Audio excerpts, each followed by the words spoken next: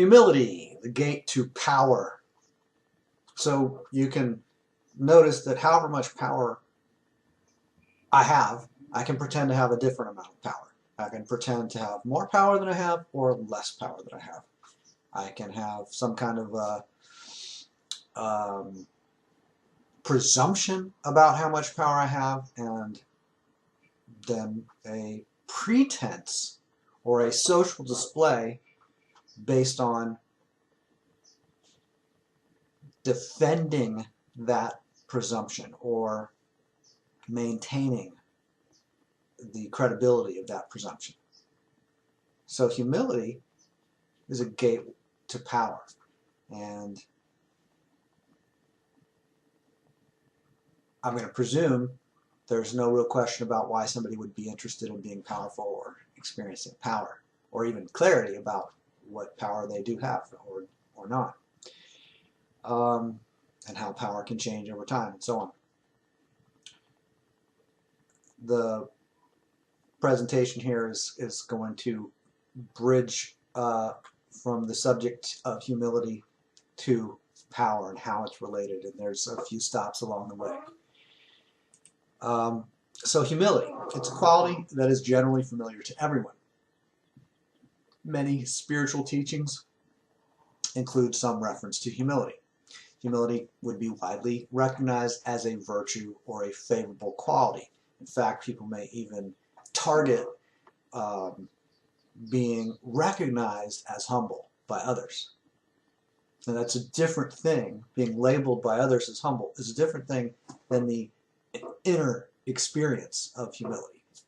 So as we go, I will eventually talk more and more about the experience of humility. And we'll also talk about some of the statements that people could make. We may make reference to behaviors that might correspond to humility. But the foundation of this presentation is that one of the foundations is that humility is an experience. So beyond the occasional reference to the word humility that we may occasionally hear, there may be relatively little emphasis, even in spiritual teachings, in regard to the benefits of humility or how humility develops. In fact, for those who are unconsciously avoiding the subject of humility, they would also avoid focusing on exactly what humility is. They might have some ideas about it, they might have some slogans and statements and doctrines about it, but they might not really be related clearly to what is humility. How is it related to modesty and other similar but distinct experiences or patterns of behavior. One thing I'll say is that modesty is behavioral or social. It is active. It is something that we do or do not do. Humility is experiential.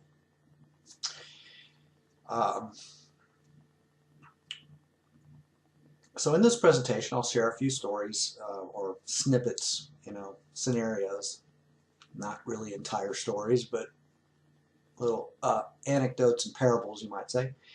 And in doing that, I will emphasize the internal experience of humility, as well as the benefits of that experience and some of the complications and detriments of some of the other more familiar alternatives. I'm presenting humility as something that's actually extremely rare in the experience of most adults.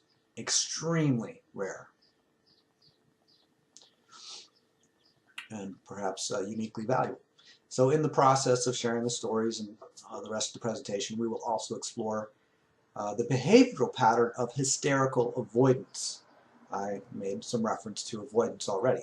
So hysterical avoidance, what is that and how is that related to humility? So in fact, rather than jump into the experience of humility, because again, my interest here isn't to tell you about the experience, but to help you to access that experience, to share it with you, to cultivate it. not so much to present some a checklist or a slogan about it. So I'm promoting a certain kind of experience here, and in promoting that experience, one simple thing to do will be to explore the behavior of hysterical avoidance first. Now, it's of course all interesting and ironic to focus on the behavior of hysterical avoidance, because normally that would be the last thing that someone would focus on if they're operating from a mode of hysterical avoidance. Then not only are they going to avoid whatever, specific triggers or buttons, hot buttons they might have related to hysterical avoidance, but the topic of hysterical avoidance itself would be completely avoided. So by exploring the behavior of hysterical avoidance, we will kind of create a bridge or cross a bridge in that conversation and reach the subject of humility and even a new experience. So more common labeling for what I'm calling hysterical avoidance is the word shame. Here's a story about shaming and shame. Imagine a child in a classroom with many other children and one adult teacher. On the very first day of the school year, a particular child is startled by a sudden pain and shouts out, drawing attention to themselves and disrupting the normal rituals of the classroom. At that moment, the child who just shouted is probably embarrassed and may even release a few teardrops from their eyes, or even resist those teardrops coming out. They might wipe them away or hide them, right? Embarrassment means what? Embarrassment means that the child is hesitant to request assistance.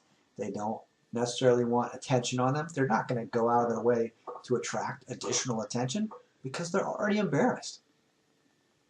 So, in fact, because of the embarrassment, the child may neglect to assess their own need for assistance. They're just in a mode of fear or distress. Not only are they unlikely to ask for assistance, they're not even likely to assess their own the relevance of assistance, whether they need assistance. They're embarrassed. They're in a mode of freeze, flee, pretense, avoid, right? Boom, embarrassment, boom. Don't need to know where there's upset or emotion or distress or an unmet need. It's just a shut-off valve like in plumbing. Turn that off. Embarrassment is turn off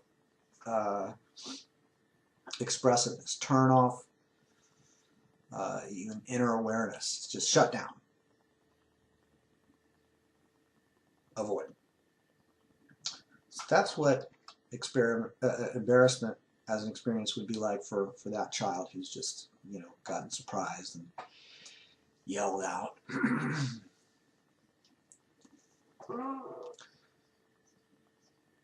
So they got surprised, they yell out, and they draw attention to themselves and disrupt the normal rituals of the classroom. And this will draw the attention of children and, of course, the teacher. So at that moment, the child is embarrassed. They're hesitant to request assistance. They are potentially neglecting their own potential need for assistance, for support. They may be hesitant to assert their needs. They may be hesitant to even assess their own state. They are probably tense physically. They're probably, their heart rate may change, their breathing may change, their posture may change. They may kind of clench up their neck or their fists, or their breathing, the different muscles related to breathing. They might clench.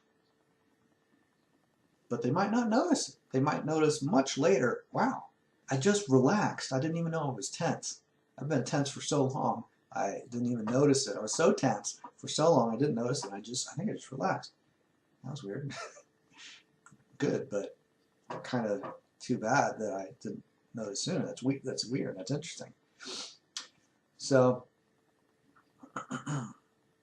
the child is like preoccupied with avoiding social attention. They don't want to attract attention themselves. They don't want to request help or assistance. They don't want to be a burden to others. In other words, they're already embarrassed, and they don't want to risk further embarrassment by asking for help, because asking for help, like initiating and inviting help, that creates the possibility of their request for help being declined, which could release a display of their current level of embarrassment. If they're avoiding the social display of their anxiety, of their embarrassment, then to ask for help implies that they need help. So sometimes what we might find is that people will ask indirectly, or they'll ask about something that isn't really the subject that they're embarrassed about. So they'll say, hey, I want to talk to you about blah, blah, blah. And, not too long into that conversation, another subject mysteriously comes up, or not so mysteriously, and there may be that other interaction, that other topic. The real issue may come to the surface, may be brought to the surface.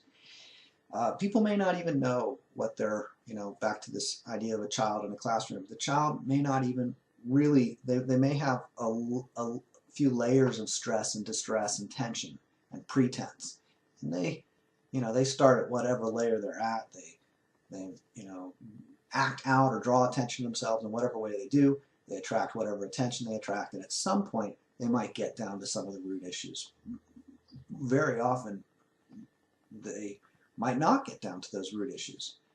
They might not know the root issues, and if somebody else undelicately attempts to explore those issues with them in conversation, they may withdraw, they may resist, they may distract, disrupt, flee, whatever, right?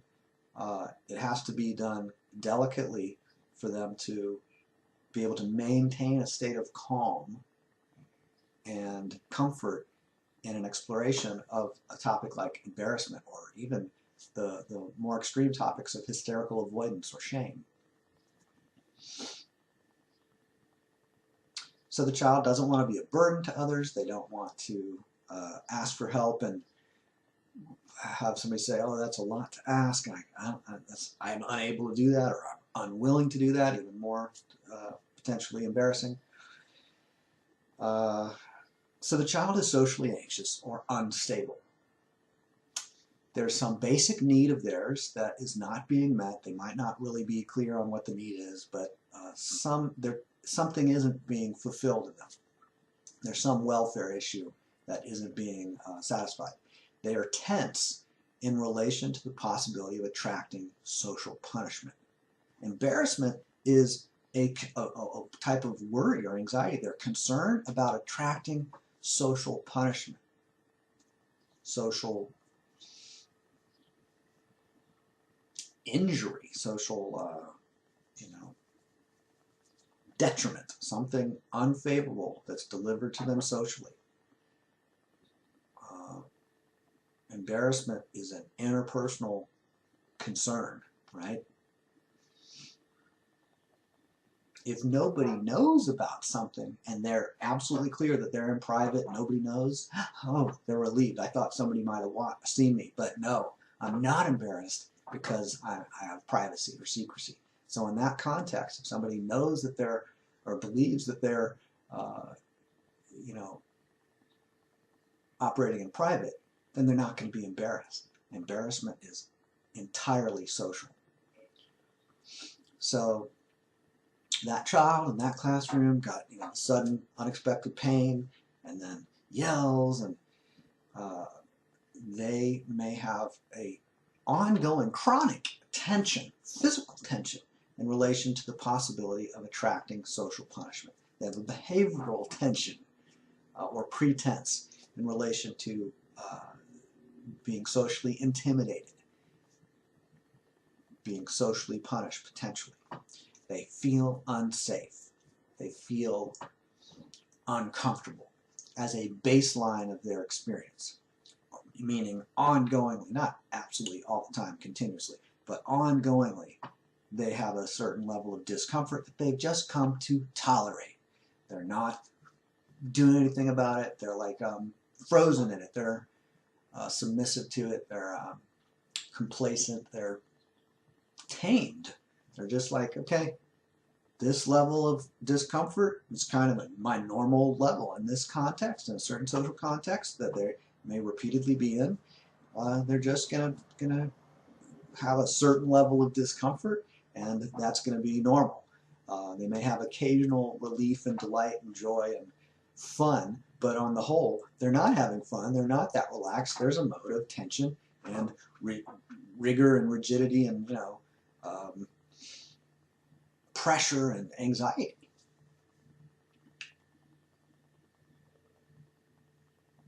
There's a concern for safety. I don't know if I would say they feel unsafe, but they're concerned about safety, which is different from feeling really safe and really comfortable. There's a background concern of, oh, there's all these people watching me. Now, having people watching me or having people watch a child, that doesn't necessarily trigger anxiety. There can be other people around and no anxiety, but it depends on the context. It depends on the people. It depends on, it depends. So there can be levels of safety, levels of comfort, levels of social anxiety and concern with future punishment or future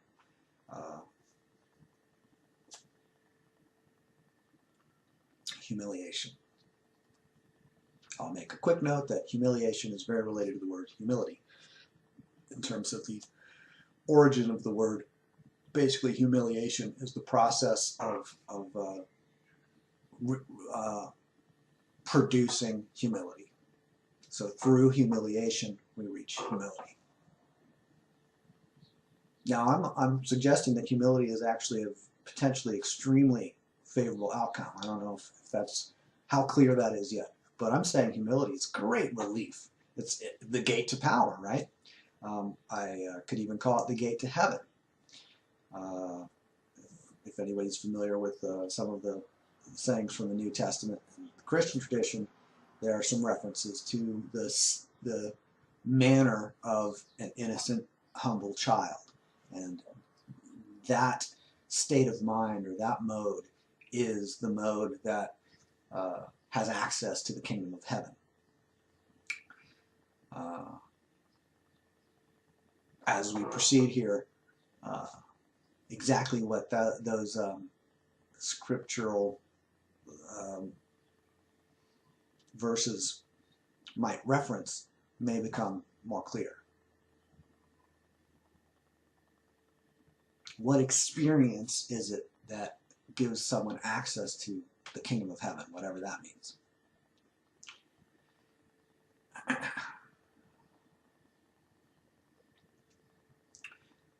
So imagine a child in a private setting where they feel very supported, or maybe they're in public, but they feel very supported, like their mom is there, or their grandfather is there, or their older brother, or best friend, or whatever. They feel supported. In that case, something may happen that isn't embarrassing to them because of the presence of one or more other people that they find reassuring and protective, and maybe there's a set of what's the word? Guardians. Maybe there's a set of guardians around them. So even though there are some people around them, or animals or whatever, tigers, blah, blah, blah, they feel safe. So there's whatever social setting, but within their social setting are some people that they feel very safe with, even protected by. Or maybe they're around, I have had this experience too, where I was around somebody that I just didn't feel at all intimidated by. So normally, in my normal social interactions, I would feel anxious, but that particular person, I didn't find them threatening. So I was relaxed around them. So if they saw me, or they recognized something about me that I was scared of showing to most people, well, I might not be so scared of showing it to them. one of the issues would be their ability to communicate it to others. Are they able to? Are they willing to? They have the, you know, opportunity to communicate something to people who I do fear. You know, I might fear my parents, or I might fear a teacher, or I might fear the social targeting of my peers. If I'm a child in a classroom, that would be the other students, or whoever my peers would be. So a child may have, you know, a social context. In other words, they may have other people around them and yet not be anxious or suppressing embarrassment. They may be open to experiencing embarrassment and displaying it and telling somebody about it and asking for help, right? If the child felt safe to expose an experience of embarrassment, then they would not suppress the display of embarrassment. They would not hysterically avoid the display of embarrassment. They wouldn't be tense about hiding embarrassment or denying embarrassment or even distracting themselves from embarrassment. Panic, anxiety, panic attacks, anxiety attacks, hyperventilation, chronic tension. If they're relaxed, then they don't mind an occasional tension or an occasional stress. If they're in a state of kind of constant anxiety and distress, then they don't want any additional stress. They're right on the edge of being overwhelmed, and if they just get one more thing at it, then they're going to flip out, and everybody is going to know how stressed they already were. Or people may realize how stressed they already were, and people may start talking about it, you know. That's one of the interesting things. Again, it may not be a big threat to me for someone to know that I'm stressed or uncomfortable, as long as I'm confident that they won't disclose it, that they won't publicize it.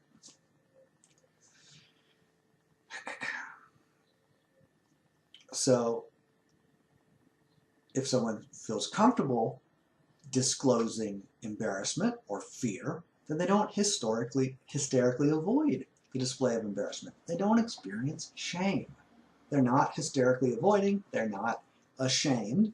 They wouldn't be anxious about burdening others. They wouldn't be preoccupied with not burdening others. They wouldn't be preoccupied with whether or not they're disappointing others. They wouldn't be preoccupied with being punished for not conforming to some social expectation of how they should be.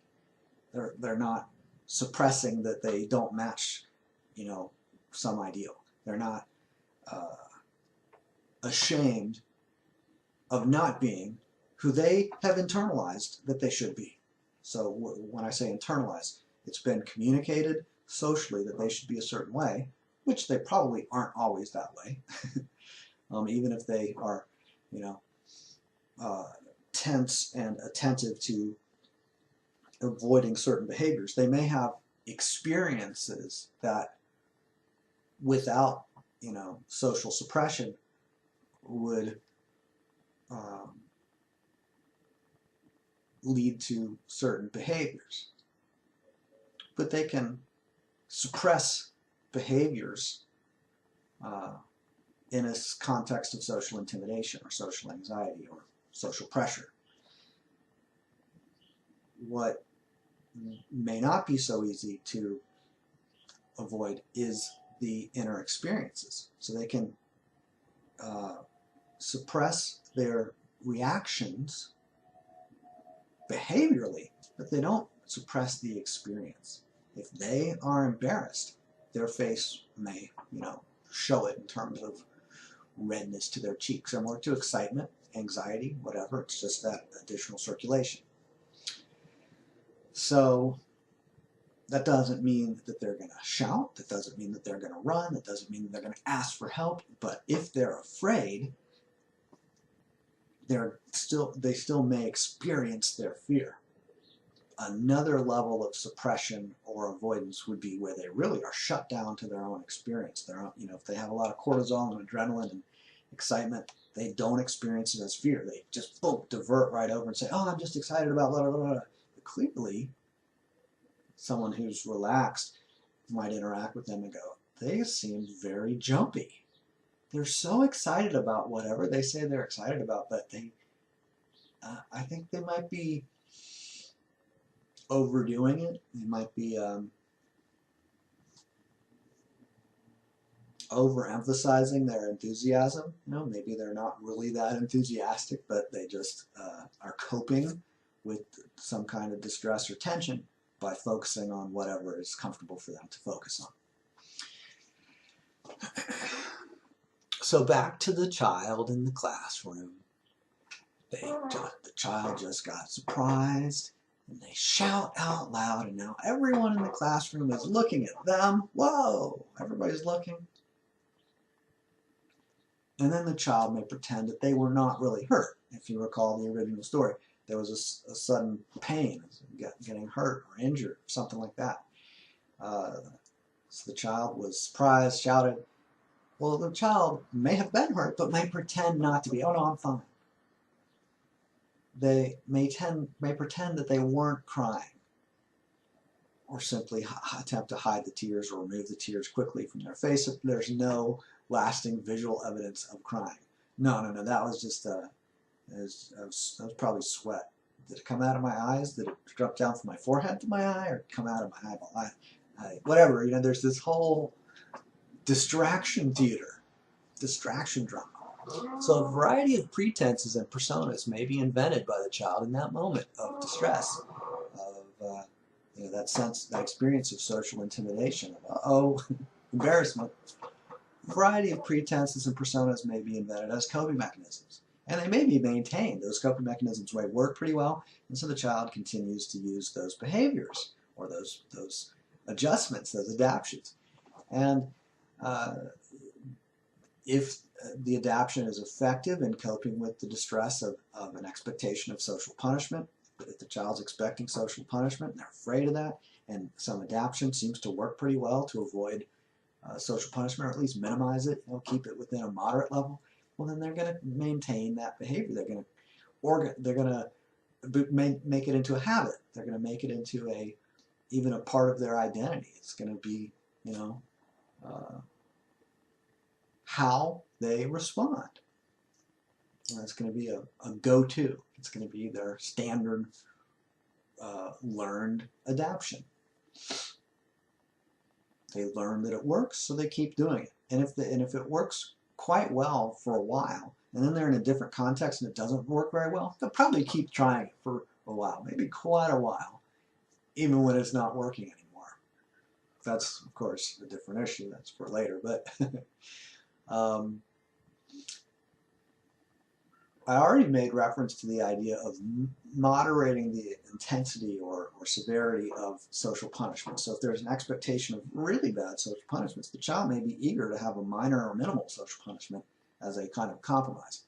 So if a very unfavorable social punishment is expected, then the child may be even eager to accept a more moderate social punishment. They may,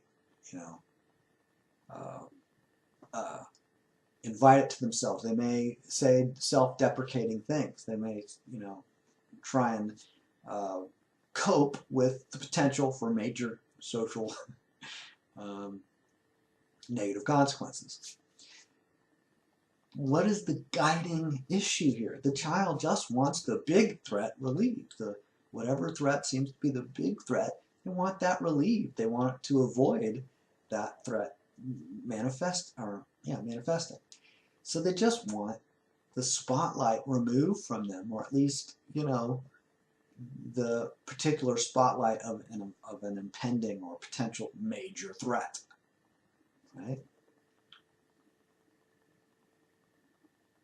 Just want some relief.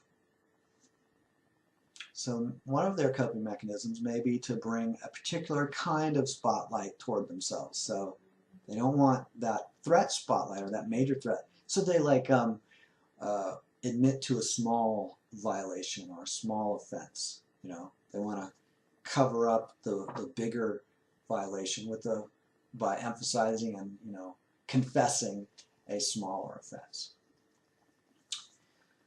In order to avoid being perceived as socially weak or as unstable, they may present themselves as a rebel or a class clown.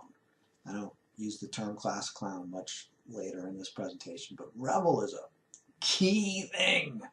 The holy rebel, the heroic rebel, the nonconformist who is spiritually superior to everyone else in general. They're a saint. They're uniquely wonderful, and they want the validation of others for being such a fantastic rebel.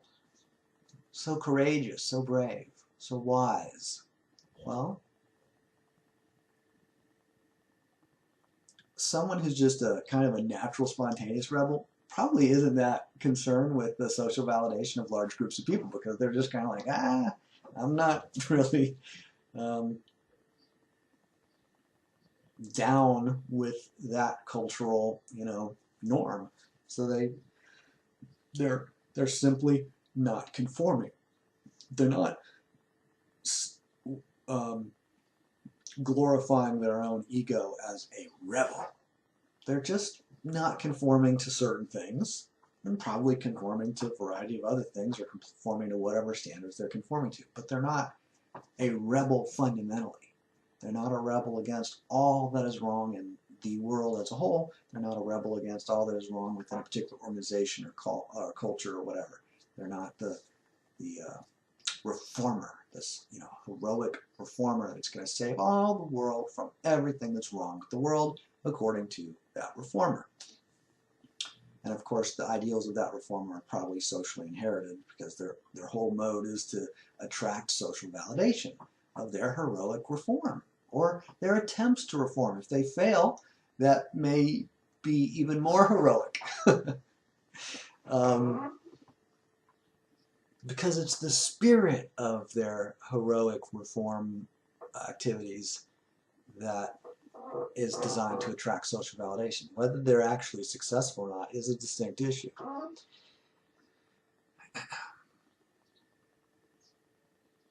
So the rebel or class clown can be somewhat innocent, but when it develops into the mode of full-on rebel, that's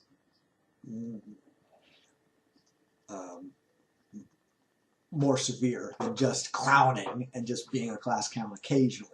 Like, to be a class clown occasionally is, I would hope that everyone has that experience on occasion if they're in a classroom, that they occasionally clown around another class clown in that moment.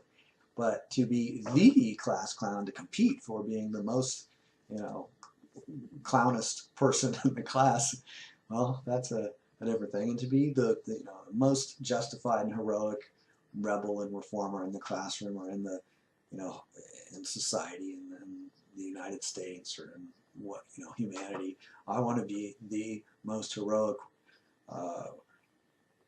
rebellious reformer in human history.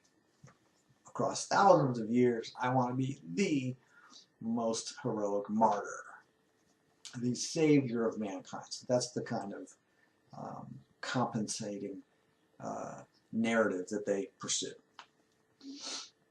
compensating for their lack of a sense of self-worth, their lack of a sense of comfort, their lack of a sense of stability, their lack of self-respect, but also a lack of calm, comfort, a sense of welfare, a sense of power, a sense of stability, a sense of contentedness. So from discontent, they want to compensate. They want to be the savior, or a hero, or a reformer, or a rebel.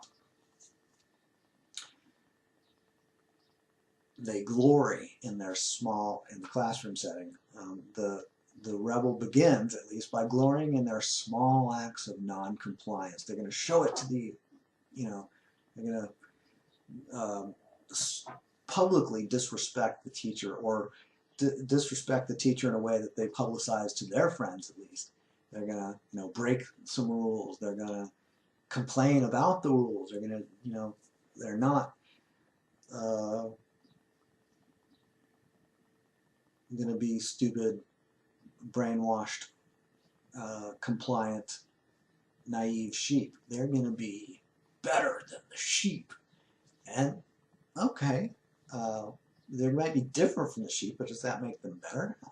I don't know, relative to what, standard. If they glory in even very small acts of noncompliance, they have the social anxiety about this persona of rebel. They want to really construct it and make it believable and emphasize that narrative and have other people validate that narrative. Wow, yeah, you really are brave, to cover up what may be insecurity, a sense of chronic social intimidation or anxiety. So they may glory in their small acts of noncompliance. They may compete for the attention and social validation of at least some group of the other children in the classroom. The smart ones, the sensitive ones, the best. My friends are always the better than all the other people according to whatever standards I hold dear. So if the child in the classroom setting there is actually scared and tender and unstable, emotionally precarious, emotionally raw, then they may present a persona of being tough. So I'm going to combine the rebel with toughness. I'm going to be a tough rebel. There's a variety of kinds of rebels. How about a tough rebel? What does the tough rebel do? Well, one of the interesting oddities is they may target people to bully. And who do they target to bully? They target those who they assess to be vulnerable, as in safe to bully ongoingly. Weak, poorly defended, the most easily socially intimidated. So if they're socially intimidated, they want to find people even more socially intimidated to bully and intimidate and show to their friends how tough they are. Because they're not just any rebel, they're a tough rebel. This may be more common amongst boys, but I think you can actually find a fair amount of it amongst little girls in elementary school or middle school or whatever. They're going to also criticize other people, other girls, whatever. So we may associate the word bully with like physical threats or physical violence. I don't mean it specifically that way, but the social intimidating of others, or the intent to socially intimidate others, is basically what I mean. So bullying can be physical, which involves, of course, the risks of injury, risk of being a counterattack.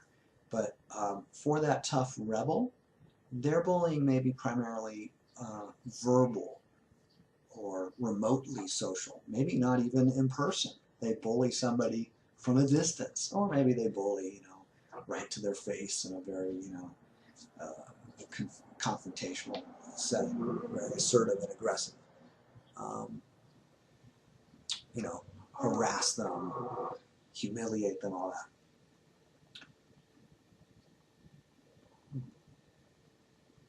But are they really concerned with the particular target they choose? No. If that target disappears, or if some other weaker target comes along, they will quickly forget their past target. They're going to focus on whatever target is most relevant for their purpose. They're not really interested in the specific individuals.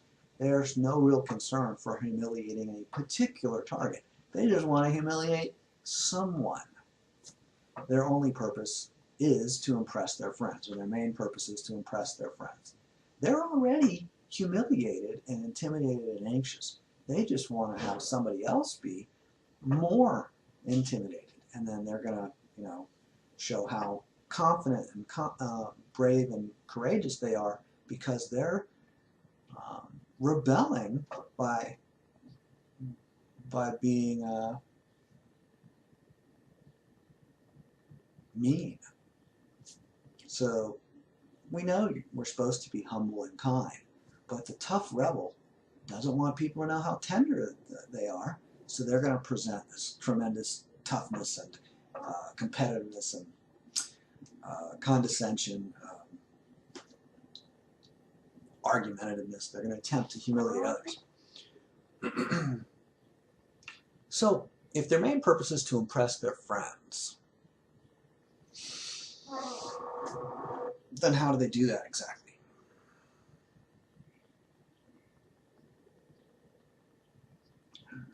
Note that our friends are the people who respond to whatever social displays that we are good at, that we use a lot. They're like us because they have similar behavior patterns, similar ways of talking or thinking or acting. They're like us, so they like us because they are like us. And we like them because they are like them. Or we are like them, and we perceive that there is a lot alike between us and them. So we're now a larger us. You know, I join with those other classmates, and we're a little clique, or we're a little group and club, and those are my friends. Those are the people that I'm most friendly with. Other people who aren't as impressed with me, well, their opinion doesn't matter much. I'm going to, surround myself and hang out with people whose opinions validate my own narrative, my own social patterns, my own, social habits, including my narratives of how I talk about myself and how I talk about other people and the relationship between me, myself and others. So how does the tough rebel, who's really, this afraid bully, how does the tough rebel impress their friends? The most obvious way is to bully their selected victim in the presence of at least one of their friends. So if one of their friends witnesses the event of the incident of bullying, then that first-hand witness can verify the story when the bully or tough rebel makes reference to that event dozens of times in the following week. In fact, it's ideal to do the bullying like on a Monday or Tuesday, so you've got all the rest of the week of school days, or most of the rest of the week of school days before the weekend, when people aren't at school to be reminded of it and talk about it. But there's an even more complex and dramatic scenario that is possible for the schoolyard bully. They don't have to do stuff just in the midst of one of their friends. The most important, potential witness would be the authority figure. If a bully is aggressive enough in the presence of a teacher, then that aggression is likely to be noticed by the teacher, and the teacher is likely to do what? To socially announce some punishment, or at least a warning, to be inflicted on the bully. The social announcement of the punishment is part of that spotlight, it's part of that attention that the bully may learn to continue to use because it's working for them somehow.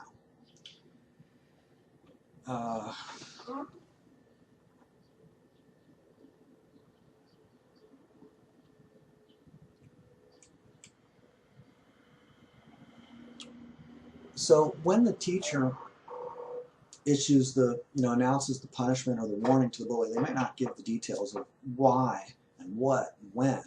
The teacher may censor from their public announcement the details of what happened, who was victimized, how, all that. They don't want to embarrass the targeted victim. Probably that's the motive of most teachers would be, well, we're going to focus on the bully, not on the well-being of the targeted person. Interesting.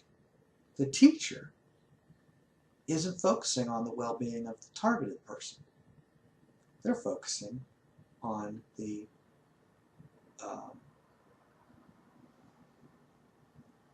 wrong behavior of the bully.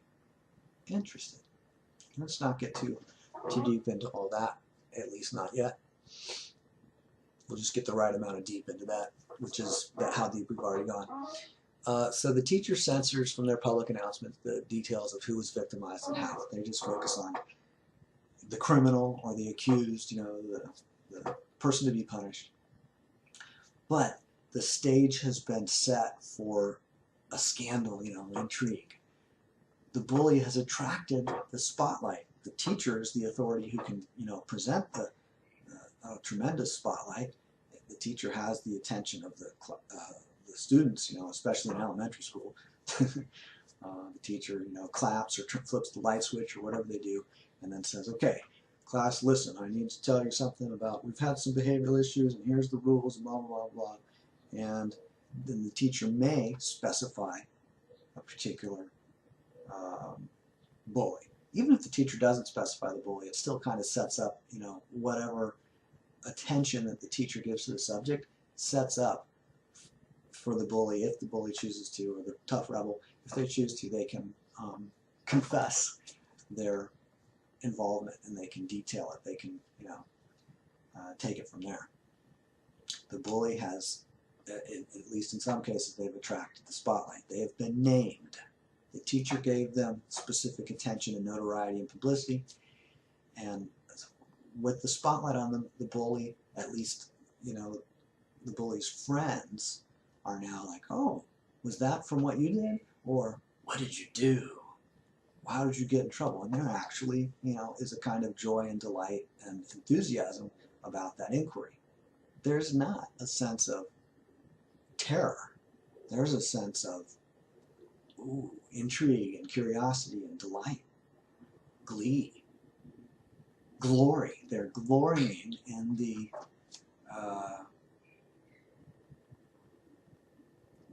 violating of the imposed standards of the group, because they're a rebel, and the standards are to be, compliant and obedient, and they're tough, and they're brave, and they're rebellious.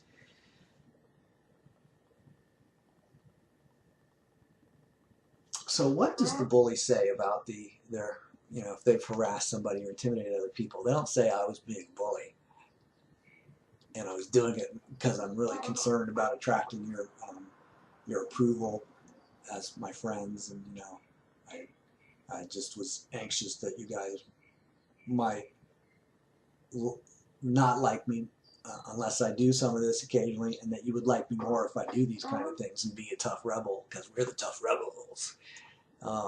So the bully doesn't announce to their friends that they were being bullied because they were socially anxious and wanted so much to impress their friends that they found some target to abuse or harass or intimidate. They don't present it in a a really dry, removed perspective. They're right in the narrative, and their narrative is intense and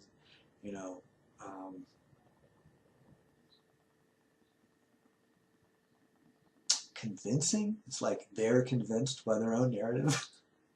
So the bully presents themselves as the victim of the teacher's unjust punishments. Yeah, there was something that happened, but the teacher is being too harsh with them. The teacher should also be harsh with the other person who was involved. The teacher should have also been harsh about that other situation that happened a month ago that went unnoticed or went unpunished. So the bully sets themselves up as being punished unjustly by the teacher. That's a very common narrative. In the case of inmates in jail, if you've ever had the occasion of being in jail, which I have, you may notice that almost everyone in jail is extremely consistent in their narrative that they don't deserve to be there.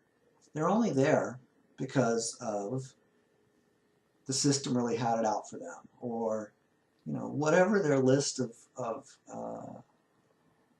issues was. Those people have narratives of their own victimhood. They have been victimized, and that is, I'm not saying that their narratives are inaccurate, but their narratives may be extremely organized around how they've been victimized, not that they did something that they knew was illegal, which is often the case, but that it shouldn't be illegal.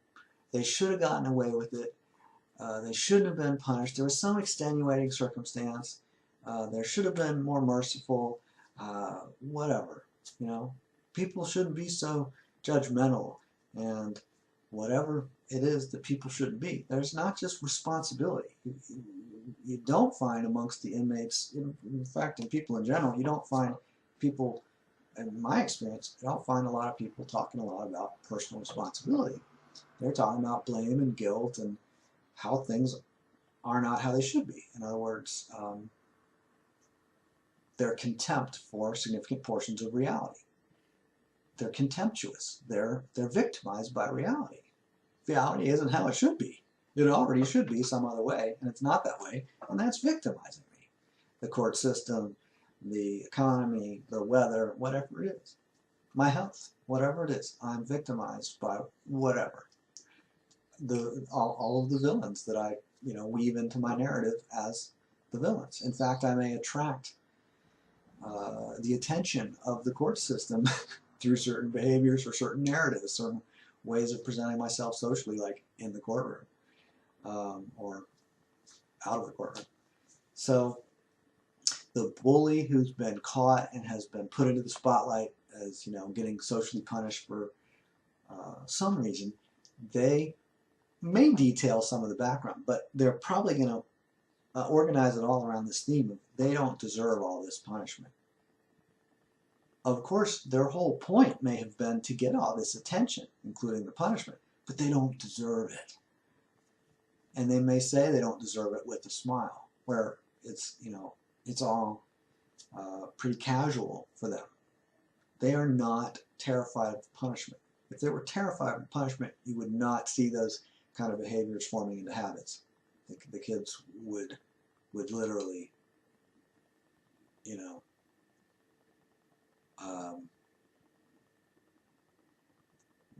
there's a few alternatives of how things could go, but there's kind of like they would attempt to suppress their behavior, and they might say somebody who's really being abused and having a lot of trouble, they may say, I really tried not to hit my classmate, but they kept pestering me and I got so frustrated, and yes, I hit them. And no, I don't think I should be punished. And yes, I think they should be punished. But they're going to do it without a gleeful smile. They're actually going to be, displaying distress openly. So the bully gets caught and is getting punished. They get named to the whole class. And what does the bully do? Well, they also may justify their patterns of behavior as being nothing. Oh, that was nothing. What I did, it was nothing. What was it? Nothing. Oh, it was no big deal.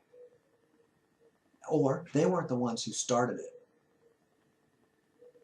That's a wonderful justification. Yeah, we had a conflict, and yeah, I, was extremely violent towards this other child, but I didn't start it. Interesting. How is that a justification? And how is that a gleeful justification in which to glory? If you didn't start it, okay, but why are you telling your friends over and over for a week? If you're actually embarrassed about the whole situation, you wouldn't be talking about it, right? If I'm actually embarrassed about a situation, I wouldn't be talking about it. Or I wouldn't be bringing it up. I wouldn't be, cultivating a conversation about that topic. I wouldn't be bringing the spotlight back to it over and over again. So the bully or the tough rebel was interacting with some other kid. The other kid had been annoying and pestering for several minutes, and then suddenly, sorry, I said it wrong, so I was reading and I misunderstood my own commentary. So the bully had been annoying and pestering their selected target for several minutes, when suddenly and unexpectedly and with no justification, their target said something very mean to them, like accusing them of being a bully or of harassing them. So the bully's totally justified, the tough rebel's totally justified response was to do whatever they did, to attack him, to bite him, to hit him, to, yell at him, whatever, to throw dirt at him. The teacher victimized the tough rebel by imposing too severe of a punishment, or by failing to punish the other child as well, maybe someone else did something similar a week prior and did not even get caught. So there's, whatever conversation beyond, I did this, I got punished, I don't like it, and I'm going to change my behavior to avoid that consequence in the future. That's adaptation. Glee and glorifying and being a tough rebel has all these complaints and whining and drama and theatrics. Lots of words. So even if the ultimate complaint of the tough rebel is that it's so unfortunate that they were caught doing the thing that they admit they should not have done, the tough rebel will complain, and they'll complain a lot. Yeah, they admit they shouldn't have done that thing, but they'll complain that they were caught. They will complain that they were forced to do it because of the other kids, provocation. They will not say that they were a bully. They may say that they were a tough rebel. They probably won't say it because that's not really what the tough rebel does, to say, I am tough and I'm a rebel. They may say I'm tough, but they won't say I am a rebel, at least not elementary school variation of this. I never saw that. I don't recall ever seeing that in elementary school. So if they admit to briefly bullying someone, they still do not socially present an identity of being a bully. Again, they are a tough rebel. They are tough. They claim to be tough. They display toughness. They display rebellion. They may not claim to be a rebel, but they certainly will claim to be tough. And if somebody says you're not tough, they may see that as an insult or an upsetting comment that they need to respond to and interrupt. Somebody calling them not tough. What? Everybody needs to validate how tough I am or how tough I act or pretend to be. So they're actually, according to them, very brave and do not need the social validation of the teacher. And the teacher is deserving of their criticism for whatever list of reasons they didn't catch the other one and they should have been this and they shouldn't have been that and all the things the teacher should have been or shouldn't have been. And then as we take it to adulthood, the authority, the government, the cops, the economy, the corporation, they shouldn't do this, they should do that. And that's fine to make a statement like that. If we complain ongoingly and don't change our own behaviors, that's interesting. If I don't like how a particular doctor is interacting with me and they keep prescribing drugs and I don't think the drugs are very effective and I'm disappointed in the effectiveness and the competence of the doctor, but I keep going to see that doctor and I keep doing what they tell me to do, that's kind of weird, isn't it? So the tough rebel, they may hysterically condemn people who are obedient and interested in social validation because they claim not to be. They're better than the people who are interested in social validation. Their social pretense is that they're not like that at all. They are different. They are better by virtue of a particular kind of difference, which is their toughness and their rebellion. So if somebody suggests that the tough rebel is simply a bully who wants the social validation of their friends, they will say the accusation is ridiculous, disgusting, infuriating, simply deserving to be completely dismissed and ignored. They will absolutely not invite a social platform for the hearing of the accusations or complaints. They don't want criticism drawn to them. They want to avoid criticism, interrupt criticism. Through their complaints, they attempt to dominate the social dynamic. If they are disruptive to someone else's voicing of an accusation, that is because they are a tough rebel who is justified in their holy heroism. Someone needs to stand up for those victims over there, says the tough rebel. Not their own victims that they're targeting, but some other victims. Or they claim to be amongst the victims, right? Because the teacher is wrongfully oppressing them. I'm going to stop here. There is more. So this is the end of part 1.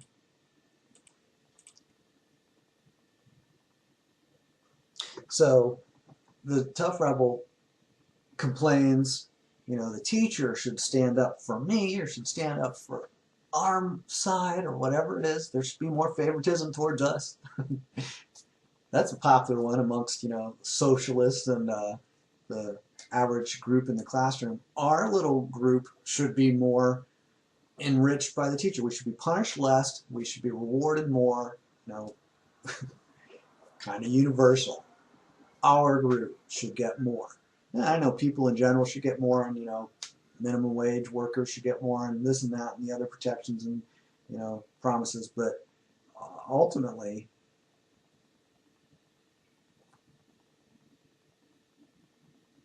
there's some relatively small group that I fit in that I want to get extra favors. I want everybody to get lots of favors, and I want my group to get the most. And as far as certain corporations or certain other groups that want to get the most favors, that's greedy and ridiculous and, like, you know, corrupt. That those people want to have the most favors of all. No, that's absolutely awful.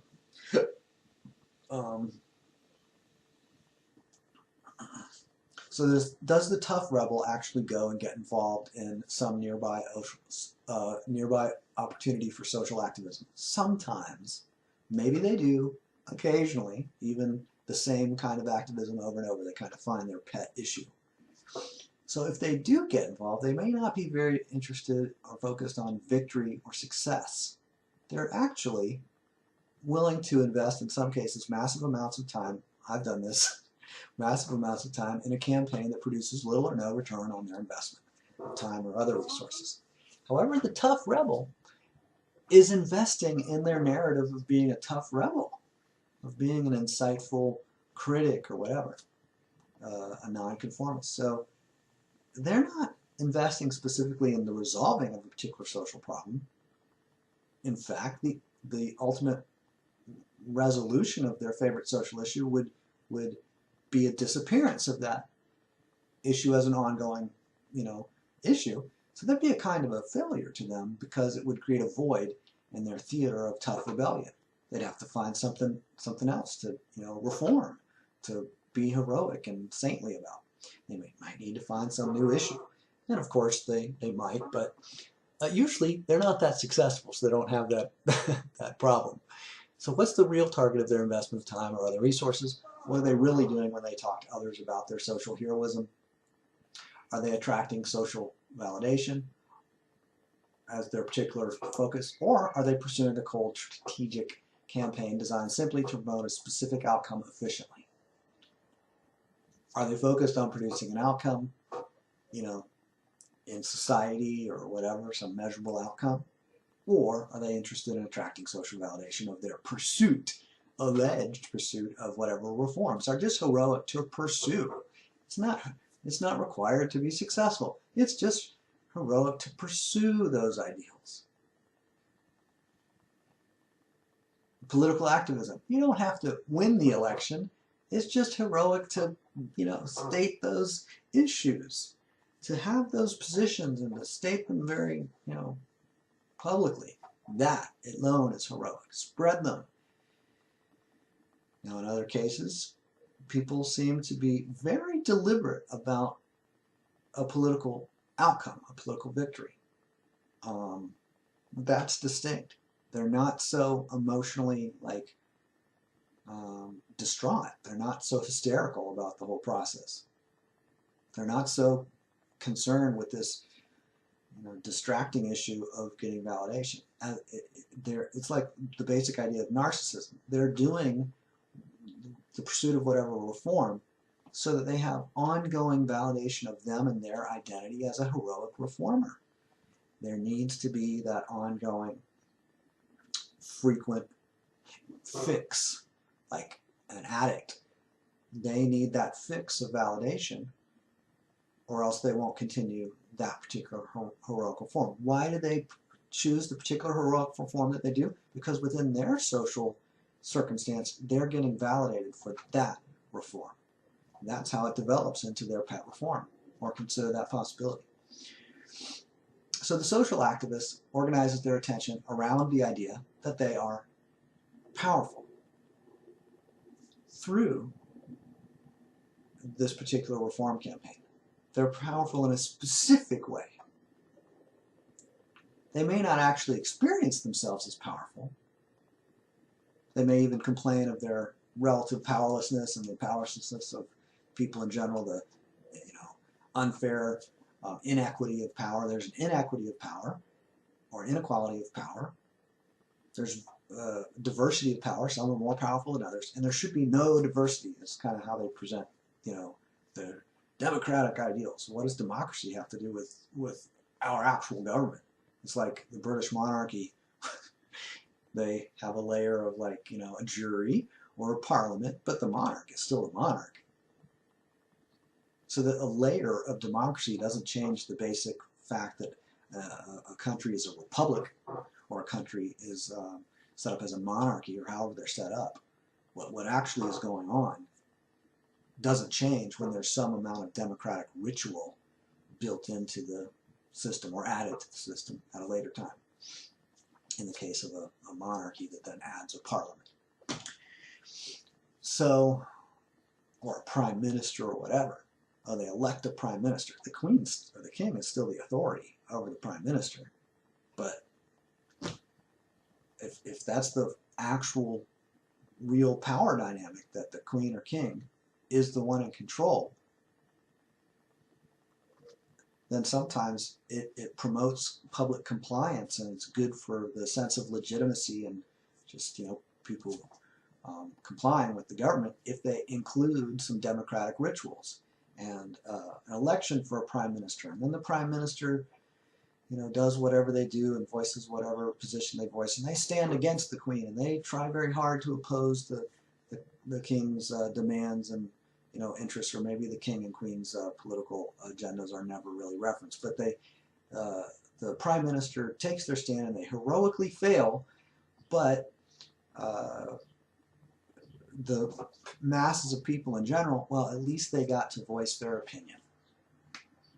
They didn't have the 2/3 majority that they needed to produce that particular, you know, amendment to the Constitution or whatever the thing was. There was, you know, some rule, and they didn't meet that many signatures. They didn't do whatever, you know, they didn't win through that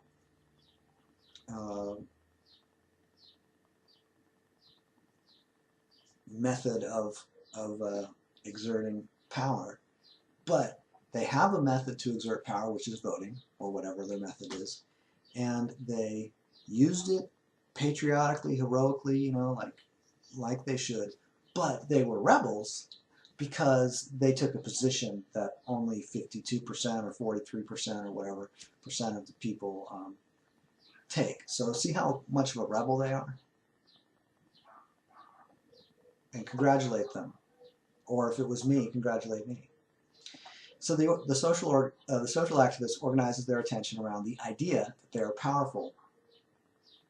Or you might even say they organize their narrative around the idea that they are powerful, but in a specific way and in relation to a specific topic, probably. So they want to be powerful. They're hopeful to be powerful. They are powerful, and people are powerful, but only through this particular method.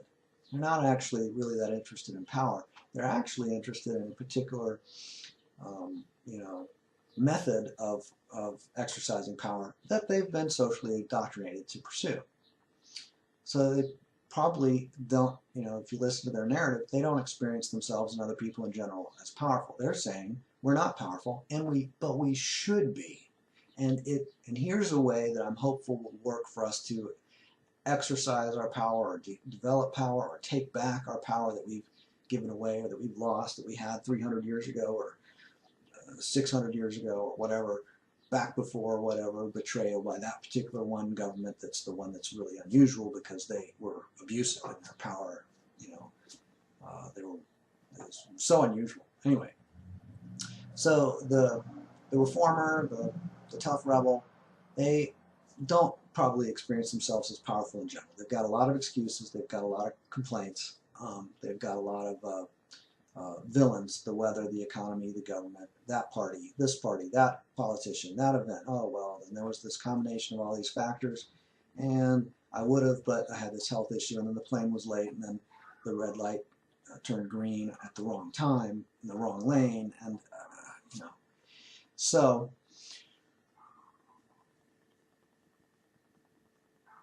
the tough rebel whines and complains, and they have a narrative of helplessness and injustice, and the world shouldn't be how it is. And in other words, they condemn the world, they have contempt for the world, and they have been very victimized.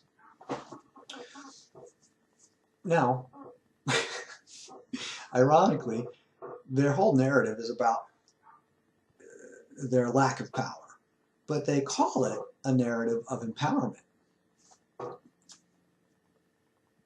Let's empower ourselves and get powerful together. That means that we're not already empowered, we're not already powerful.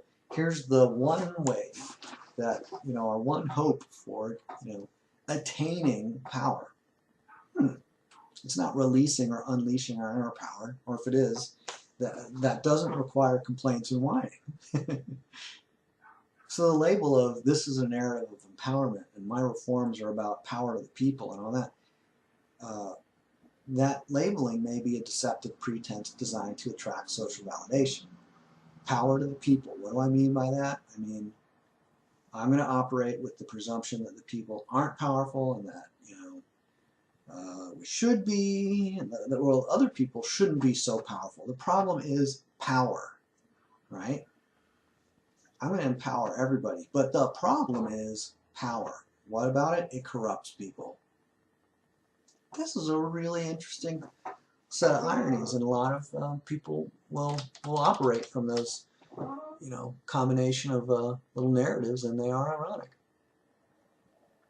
It is ironic for somebody to say power is corrupting, and yet they're clearly pursuing group power. Well, I'm not pursuing my own power. I just want group power. I just want this issue. We'll just, defend our rights from the government. The government can, do everything else, but they can take it out on those people over there, or deal with that issue over there. But this issue right here, we want to, take back our power. And it's understandable. People can have an orientation to a particular issue and really be focused on effectiveness. When somebody's really focused on one issue of reform with a focus on effectiveness and success, they can do that without hysteria. In fact, the hysterical reformer is usually a little bit scattered over a few issues. They might have their pet issue or pet issues over time. Usually it's one pet issue at a time. But they have a bunch of other issues and complaints. They have a lot of contempt for a variety of patterns in reality. The way the economy is, the way culture, society, government is, a particular government, there's generally this sense of they're victimizing me by doing things the wrong way. They're betraying me. They're ruining my life. They're disempowering me. Now I want to empower everybody else by telling everybody that those people are disempowering us the wrong way and all that. But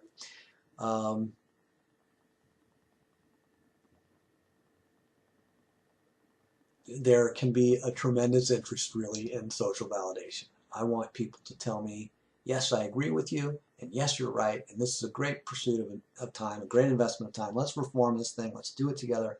Let's be victorious, even if it takes us 600 years. Because it's the right thing to pursue.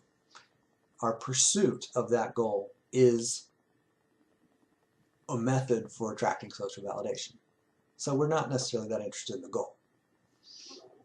We just want the social validation of pursuing it. We're not necessarily that interested in fulfilling the goal, the reform goal.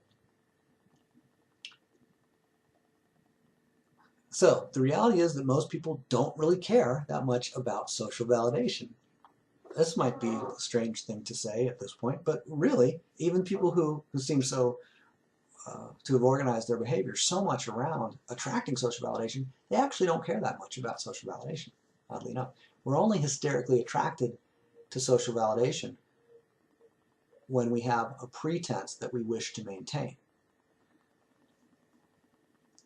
We're hysterically attracted to the maintaining of that pretense. We want social validation for a specific pretense or a specific set of pretenses. We want others to validate that pretense. But if they do, and if they then do it the next day, and they do it the day after that, we're not like, oh, it's been validated and now the issue's resolved. No, ongoing validation doesn't really change anything. There's still going to be pursuit of future validation because the initial validation is of no great significance. We want others to validate that pretense or reassure us that they're not going to expose the reality behind the pretense. And that latter one is actually more important. It's not that they validate the pretense. or this can be important in some moments, in some situations. We want the pretense to be socially validated, but more important than attracting validation is avoiding invalidation. We want to avoid social punishment. We want reassurance that people aren't going to expose the reality behind the pretense. That's the real issue. The ongoing pursuit of validation is just part of the script, part of the theater. Some people may openly care about publicity and public relations. Again, if they're pursuing a particular political agenda or a particular political reform, they may say, we're interested in bringing this to the attention of a lot of people, and we want to get this result. Once we've got this many subscribers or followers or readers, then we're going to go to the next step. But first we want to get that many subscribers and readers, and they're very deliberate and focused and open about that. They may openly care about publicity and public relations. They may strategically target social validation of a particular kind and even measure how much social validation they have. They're not pretending to be independent of the issue of social popularity. They're not pretending to be, this ultimate rebel that doesn't need, has no interest whatsoever, and I don't care what society thinks. Really?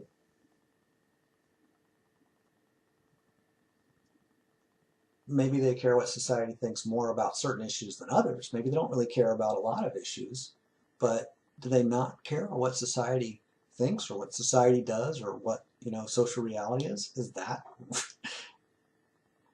true? If they don't care, how much emphasis do they put socially on announcing that they don't care? I don't care. And I'll call you the next day and tell you, hey, I just want to remind you I don't care about the following list of things. The next day, hey, I don't know if you remember, but I told you yesterday that I don't care about the following list, and I just wanted to remind you that I still don't care. And here's that list of things I don't care about. A week later, here's a letter, here's an email, here's a billboard. By the way, I don't care about blah, blah, blah, blah, blah. Okay, interesting. So, some people pretend to be independent of concerns for social popularity. That's an interesting statement, but if they're stating it over and over and over, it might be a pretense. So some people are openly admitting their interest in social popularity. They are taking polls. They're actually, conducting surveys and taking polls. They're reading poll data that other people have conducted.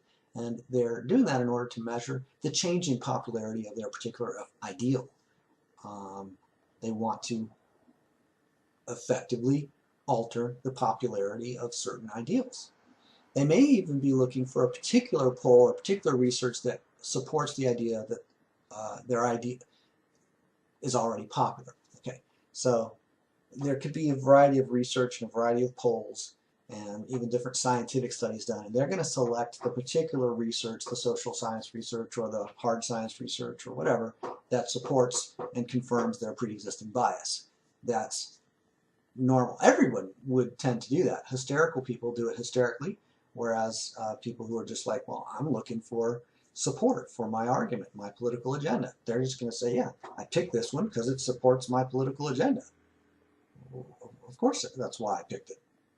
And that's why I ignore the others and don't make any reference to them or criticize them, because they I need to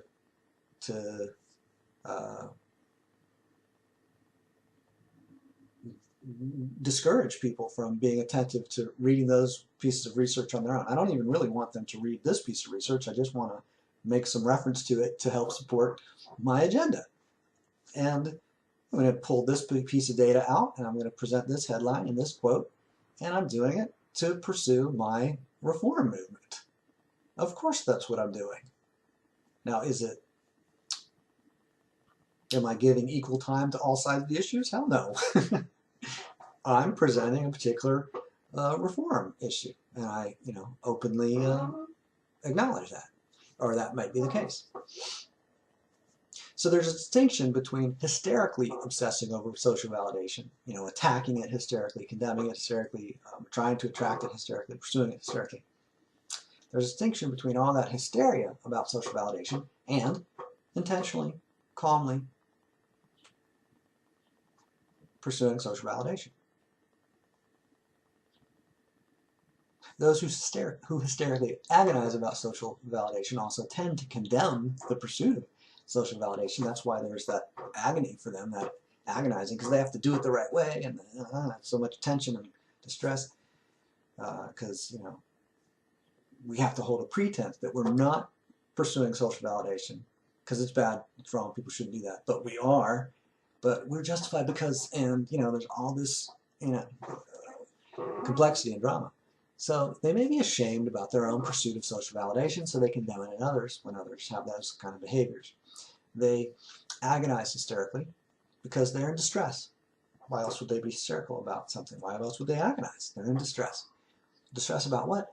About the possible exposure of their lack of social popularity or social power. This gets back to that issue of how much social power they already have, or they really believe that they have.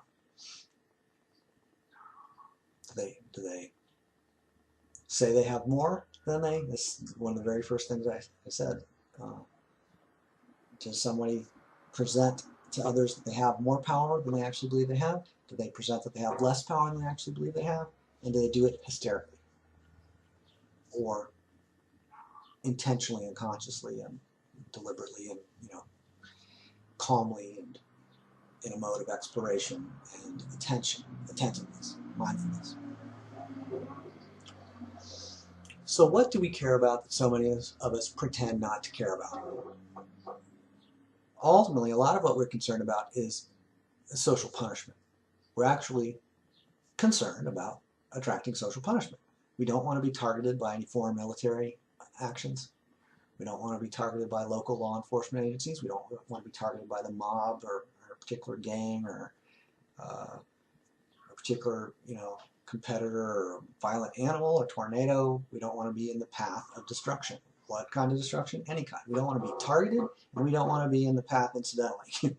We don't want the path to follow us as we go, like, so assassin, a hitman is priced on our head and they're following us, and there's a warrant for our arrest, and whoever brings us in, dead or alive, they'll give a $50,000 reward by the government court, to whoever brings in the suspect, or the what's it called when somebody's a flight from justice. Anyway, I'm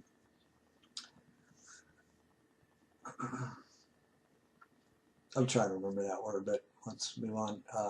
So we are actually concerned about being targeted, being injured, being attacked, being punished. We don't want to be targeted, but even worse than being targeted is being caught or being punished or being injured. So we don't want to be targeted, but if we are targeted, we want to avoid any real serious consequences. We want to avoid that target getting hit, right? If there's a hitman or an assassin or a warrant, we want to resolve it without, worst case scenario. Maybe if there's that price on the head of somebody, then they actually turn themselves in so they don't get shot, or so they have that added, credibility of, well, they voluntarily turn themselves in and whatever. So we're concerned about social punishment. We're concerned about, negative social consequences. Taxes, fines, fees, arrest, being attacked, being killed, being stolen from, being raped, being defrauded, being swindled, being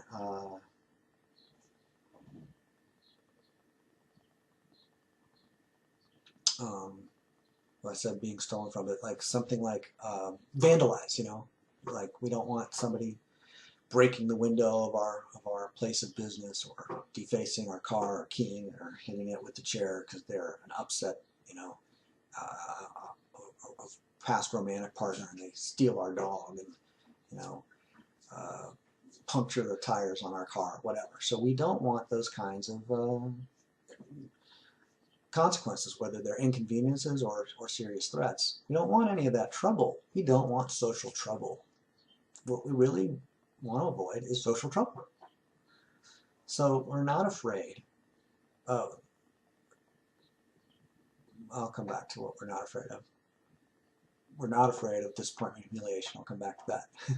We don't want to be targeted by foreign militaries, local law enforcement, all these lists of government and non-government mercenaries and potentially violent and aggressive people.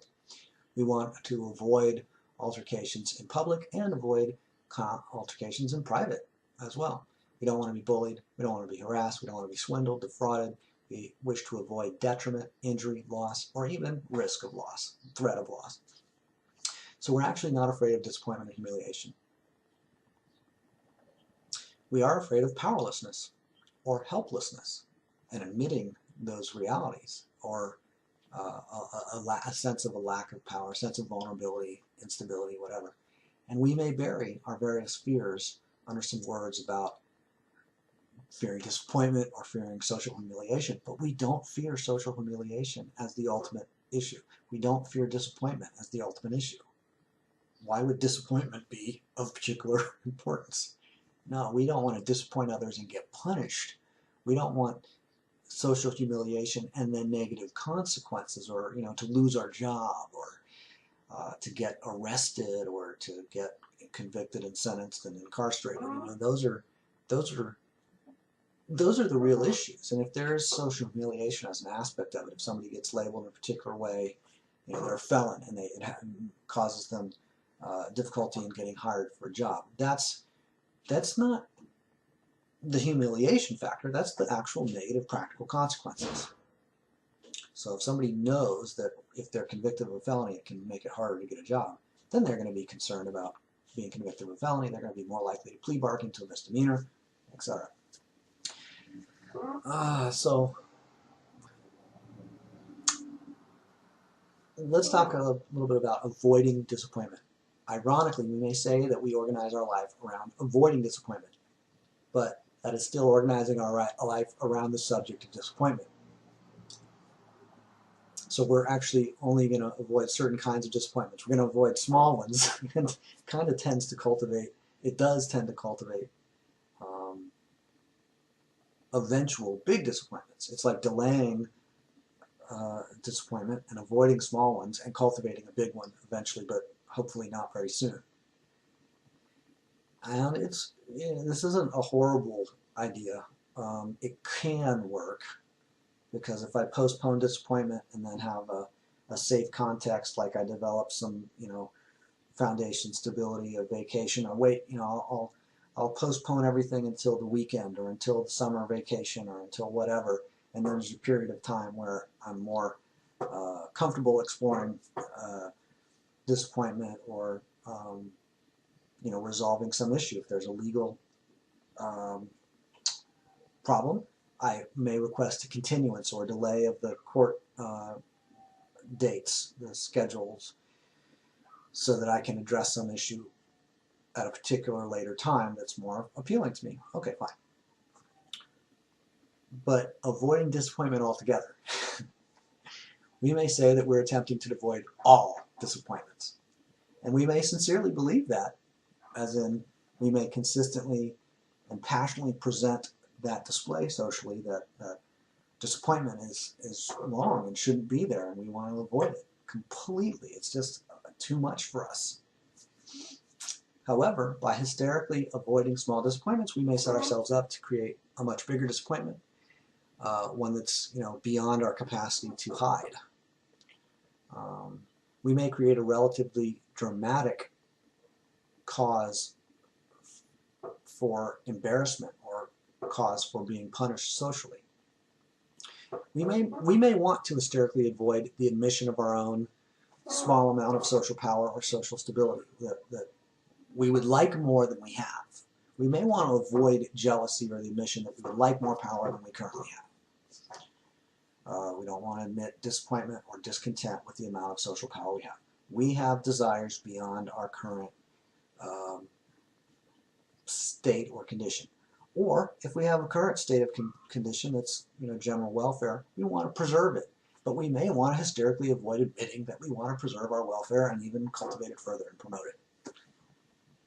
It's a bit odd that we would want that, but it's actually rather common, and I'm not going to detail, how everything I said previously is related to all this, but we don't want to, I guess the short version was, we don't want to be criticized for saying, I want to promote my own interests and promote my own welfare responsibly, and even increase my power and welfare and stability and social power, influence, abundance, prosperity, health, legacy, number of children I have, the health of the children I have, the financial well-being of the children I have, the grandchildren, the extended kin network. Isn't that selfish? And shouldn't people be sacrificing themselves for the benefit of society and the nation and humanity and the church and, heroic reforms and glory to whoever? We may want to hysterically avoid the admission of our own relatively small amount of power or stability socially. Our small amount of our interest in increasing our social welfare. Not social welfare in general of everyone, but ours in particular. We want to de-emphasize responsibility. We're not responsible. Those other people should change how they're operating so that my methods that I use get me better results. Because I'm doing the holy methods that I was indoctrinated socially to do these right methods and then you'll have great results. I'm doing these methods, I'm not getting the results I want, so I want other people to change the results that I get from the methods that I want to keep, because I'm using these methods as a tough rebel and a holy saint because they're the right ones to use. They're patriotic, they're saintly, they're holy, they're spiritually superior. I'm going to use these methods, and other people need to validate my use of these methods by rewarding me much more than these methods are actually, attracting so far. I'm starting to think that maybe other people don't realize how sincere I am in my use of these methods. People don't say, I think I maybe should change my methods. That would be humble. Remember humility? We were talking about that earlier. That would be humble to say, oh, my methods aren't working all that great. I'm kind of disappointed in the results. I think I'll change my methods. No, I want society to change their response to my methods. So if I use my same old methods, well, give me a government subsidy, give me a government protection, give me a government policy change and reform so that my methods are going to produce better results than they have lately or than they have ever or whatever. So we may want to hysterically avoid the admission of our relative lack of social power, our lack of independence. We are socially dependent. We're dependent on society for food, for electricity, for safety, for just a huge variety of things. We're really integrated into society and dependent on it.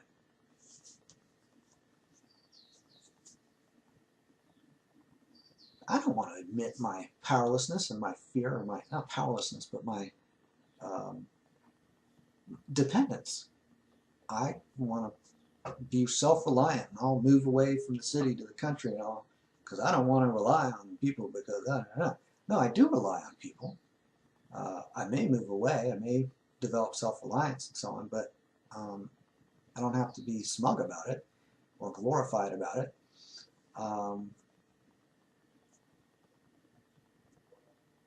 I am dependent on society, just as a child in its womb is dependent on its mother, and the mother is dependent on social context and all the food it eats and the air it breathes and the sunlight and all these other people who, in modern context, provide so much goods and services and so forth that it's really quite embedded. It's really overlapping. There's just so much interdependence. So independence isn't really that big a part of most people's lives in the general sense. I may be independent of a particular group or a particular person or a particular whatever, but in general, I'm really, dependent on society. by which I mean other people, lots of them. So I may be completely outgunned by the mercenaries of the local court system, or the local gang, or the local extortion network, or the soldiers of various empires throughout the world. You know, when that one time when the Mexico or the gangs of you know, Los Angeles or El Salvador or whatever, they came and invaded my local area, and they said, okay, we're taking over and we're deposing your other government that used to be here that were horrible and they weren't, you know, fair. So we're going to now impose some fair systems of coercion and extortion, and we're going to have a different tax system and, you know, different percentage, different paperwork, and here's how it works. And you have to pay us, and we're going to enforce, you know, consequences if you don't pay us. And maybe the other system is still enforcing its consequences if you don't pay them, but we don't even recognize the authority and legitimacy of that system. Or maybe there's all these overlapping systems. That's the point is, there's all this aggression and organized coercion, organized violence. It's really, really important part of society. All these court systems with all of their mercenaries and soldiers, the ones carrying the weapons, that do the evictions and arrests and assassinations or whatever. There's all the soldiers of the various empires and militaries, the snipers, the spies, the hitmen of the gangs and the mafia. Well, I'm not drawing the line between the different groups in terms of how they label themselves or how they label each other. Behaviorally, they're violent. And my capacity to do violence to the rest of humanity is relatively small. I don't have any nuclear weapons, turns out. I can't fly an attack helicopter, and I don't even have one. The number of types of ammunition that I have and the rounds of, you know, the technology of the weapons that I have to kill and maim and torture and blah, blah, blah, blah. I'm not very experienced. I'm not very good. I don't have a lot of equipment. If I did have it, I'm not very well trained in it, you know, and I'm just one guy, you know. We have, like, you know, 6,000 members of our local militia or whatever it is, or 65,000, whatever it is, but on a big scale, that's only 65,000. That's not very many, you know. There are networks, there are, you know, organizations and operations and networks that are extremely capable of doing violence to the rest of humanity, and I'm not a high-ranking member of any of them.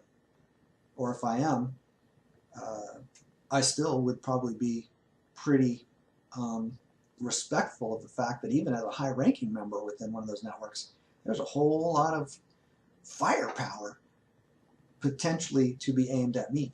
That I want to respect that possibility. I respect that there's a lot of firepower out there, and I'm not the one with a, you know, monopoly on force and coercion and violence. There's a lot of humans. A lot of them have some pretty advanced technology, and that could be intimidating, terrifying, frightening, humbling, whatever. How many of us simply and humbly acknowledge our almost negligible influence on society at large, our almost total dependence on society, and our personal responsibility? Who humbly acknowledges personal responsibility? And how, you know, how relaxed and direct and precise are they about acknowledging personal responsibility? Am I even open to acknowledging my own personal responsibility when I'm responsible for something? Do I kind of avoid that subject, or do I explore it with great interest and attempt to develop my capacity to be responsible, or what? So most people perhaps may not even want to acknowledge the tremendous influence of society on their own life.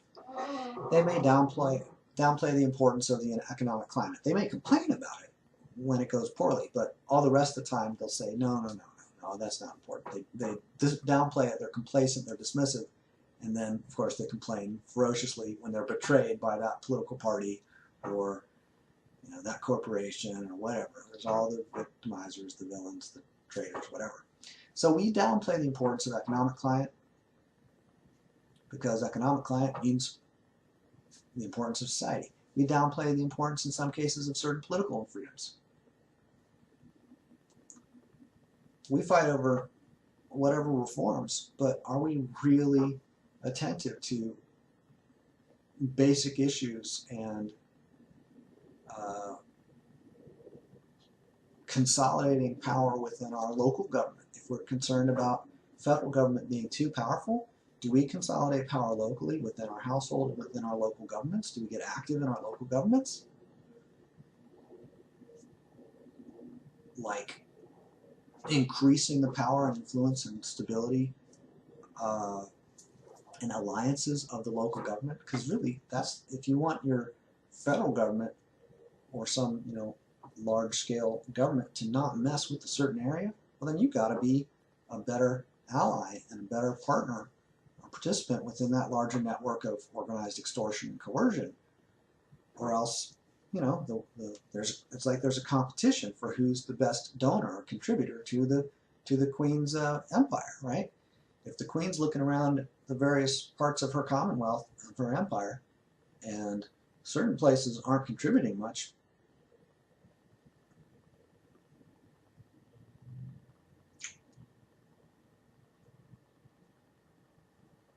she will potentially risk more extreme methods in those areas, right?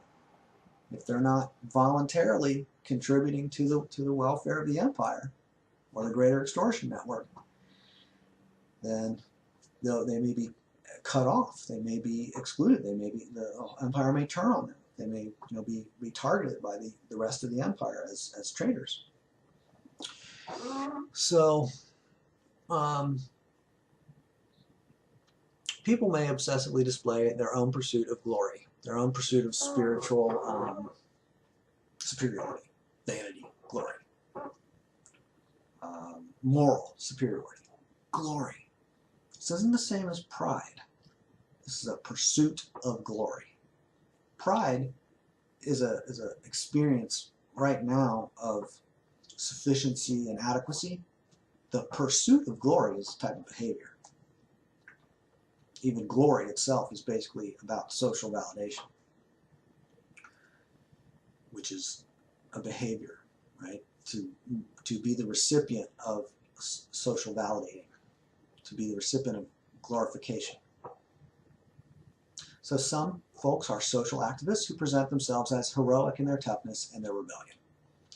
They are social justice warriors who do a thankless job, but have a lot of emotion come off if someone does present them a display of gratitude. So the job is thankless, but if they get thanked for the job, they get all choked up, or they are like, oh, this is weird, and I don't say that. Whatever, they have some, either they love it or they hate it or whatever. There's some real issue about a display of gratitude. They're pretending not to be interested in social validation.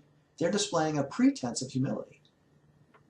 Their thankless job is something they want to be thanked for doing because it's a thankless job. So thank them for it. I know it's ironic and kind of self-defeating, strange narrative. It's like a curse in a way, but hypocritical, whatever.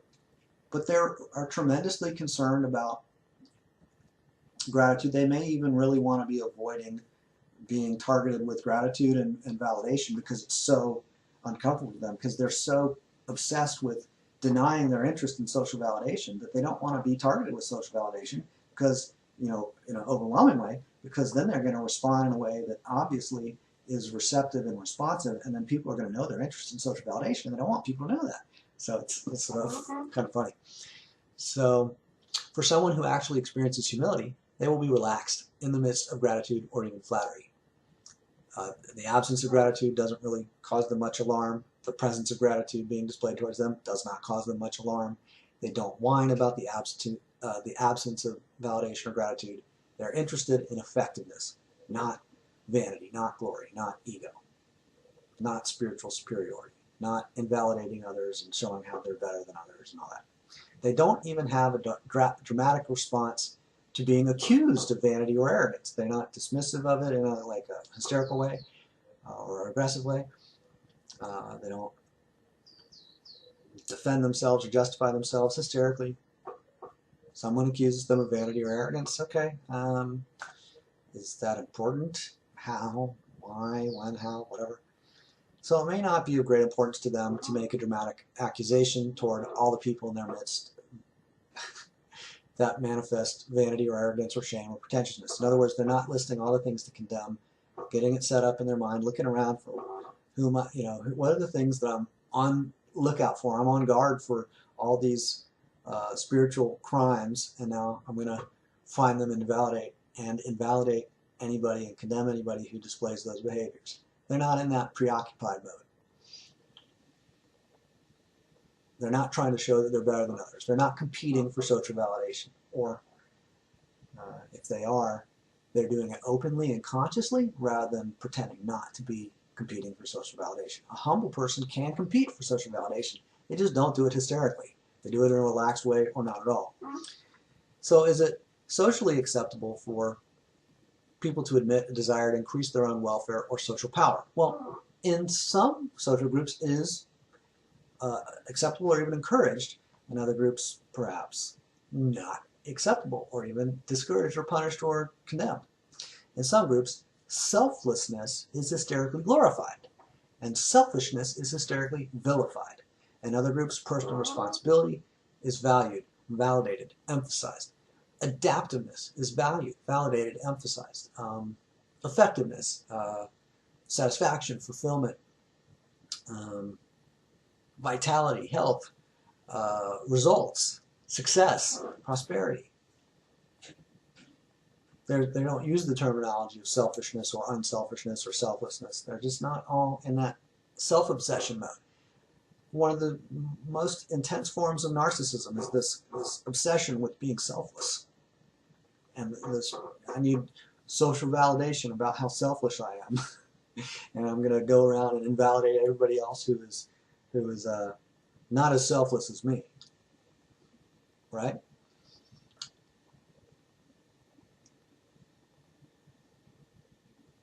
So those who are unusually humble may be free of the typical social obsessions of most people.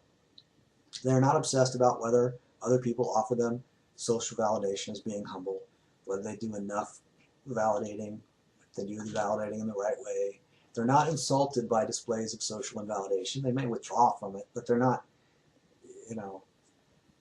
one of the things, if they have the power to withdraw, that corresponds to humility. They're not stuck, so they can be humble. If they're stuck, if they're really powerless, and they have no power, and they can't withdraw,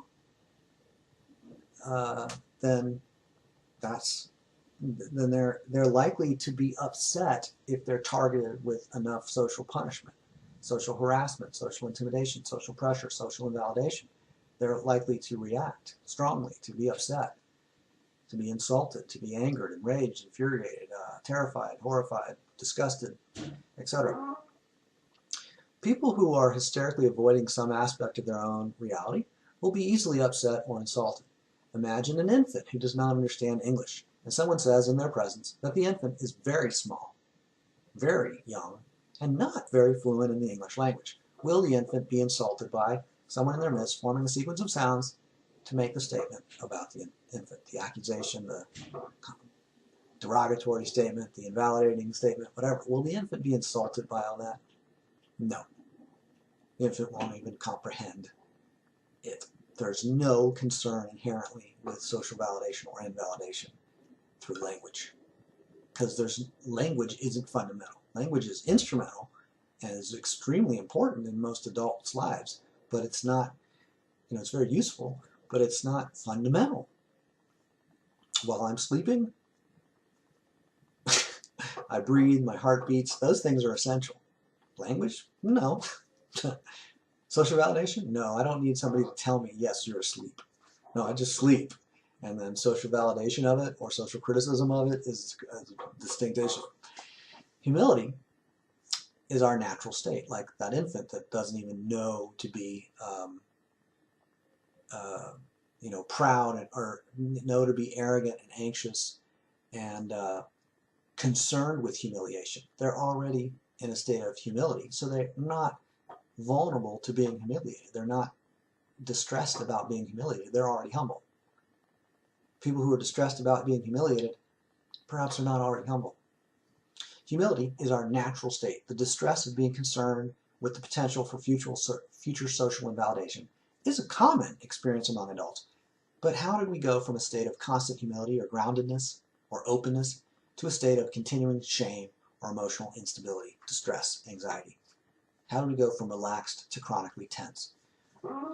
We are targeted with social intimidation throughout our youth and also, in many cases, across the time of our adulthood. The infant has not yet come to comprehend verbal displays of social threats. They don't perceive social threats. They don't comprehend verbal warnings about future social threats. So the infant is not socially threatened or anxious, or not yet. They want nourishment and attention to their welfare, but they're not obsessive about avoiding punishment or avoiding criticism. Yeah, the way you're sucking that boob is not the right way, or you keep biting the nipple and it's too hard, you're making too much, whatever. They're not concerned about criticism. In fact, they may be like, hey, you know what, if I'm not doing something in a way that works, I would like to know so that I can change my way of doing it. Like if they're stacking blocks and they're not doing it very well and somebody comes up and shows them a better way to do it and they watch it a couple times and the other person does it a couple times, they're going to start modeling their behavior on that other pattern that the person has demonstrated to them. They're going to copy it. They're going to mimic it. They're going to say, oh, that works really well to stack blocks. I'm interested in stacking blocks. That's a pretty much important thing in my life right now. And here comes somebody that shows me a method that I can do. I think I see something going on there. They're very effective. I'm going to watch how they do that. I'm going to learn how to do that. I'm going to copy that. I'm going to learn. I'm going to copy that. I'm going to learn. They're not in a mode of distress and, oh, am I doing it? Oh, I was doing it the wrong way. Or they're criticizing the way. They're showing me off. They're showing me up. They're showing a better way than my way. They're trying to show that they know more than me, aren't they? No, the infant's just wanting to stack the blocks. What's a good way to do it? Okay, cool. Let's learn that. Let's do it. They're not like caught up in being disappointed. If the blocks fall, yeah, that's disappointing. I want to stack them again. Oh, they fall. Oh, that's disappointing. Stack them again. Oh, they fall. Stack them. Oh, stack them again. Oh, somebody shows me a better way. Oh, I completely forgot that I was disappointed all those other times. They fell? Did they fall? I don't remember if they fell. Have I stacked blocks before? Maybe. But let's stack them now in a good way. That's all that there's. That's all that is there for the infant. There's not that concern with the past and the future and so on. They're in that moment. They're innocent. They're open. They're learning. They're not anxious. They're not self-conscious. They're not worried about, is somebody going to criticize me for being selfish, for spending all this time stacking blocks? That's not very productive. That's not very contributing to society. So might I be reforming? Don't I know about the political trends and the weather and the economic conditions and all of the injustices in the world? No, the infant doesn't know, doesn't care, and it's totally fine. They're not distressed about all those things. They're not paranoid and anxious and hysterical about any of those things. That's our natural state. Humility, openness, the capacity to learn without presumptions about already knowing.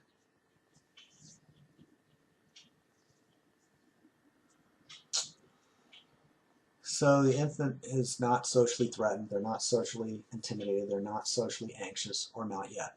In my own life, I was socially threatened so effectively that I learned to pretend not to be experiencing a constant social threat. I learned to hide my anxiety or distress. I learned shame. I learned anxiety and paranoia, even hysteria. I was traumatized socially, not necessarily in one moment, but over the course of time through rituals of classrooms. I was tamed, traumatized socially through lots of interactions outside of classrooms too. I was conditioned, I was programmed, I was indoctrinated, I was traumatized socially. And that created a transition from that infantile state of relaxed humility to tense shame, anxiety, chronic tension. And then over time that has relaxed, and I don't have the infantile relaxed humility, but I am moving. My experience includes a lot more relaxation and humility, that natural openness, that capacity to learn quickly than it did some years or decades ago. Certainly while I was in school, in college and so on, that was kind of one of the points of extreme social anxiety and minimal intelligence, very compartmentalized habit, and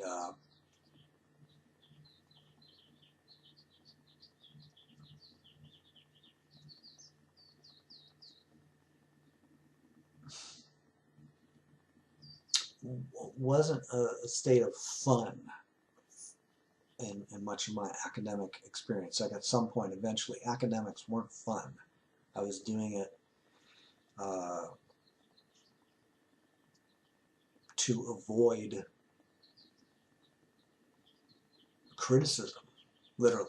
I was getting good grades to avoid criticism, not because I was interested in the subject matter, not because I thought that it was useful to get good grades, but because I didn't want the criticism of getting a C or a B or dropping out or not taking a class or whatever, you know. Oh, you're not in college? Why not? You're a smart kid. Why aren't you in college? Oh, you didn't get a graduate degree? You didn't get a PhD? Why not? You know, there's that thing of like a lack of self-esteem or self-worth. So I need to be pursuing the thing because there's glory in pursuing the holy thing.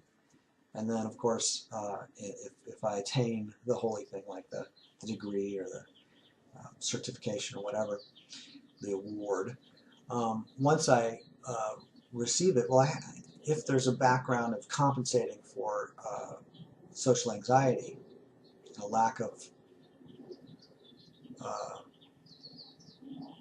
social welfare, a lack of my, all of my needs being met, even a lack of attention to what my needs really are. If I'm compensating for all of that, then once I achieve some, great victory, I need to find a new glorious cause. I need to find a new championship to pursue, or else I'm left with that background experience of anxiety of, oh wow, I'm afraid of social criticism. I'm concerned about social punishments.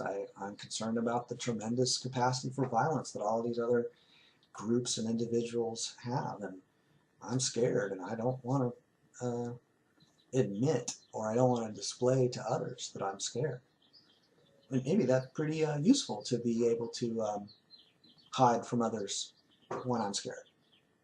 I'm not saying that any adaptation is invalid. They just may be limited in their effectiveness.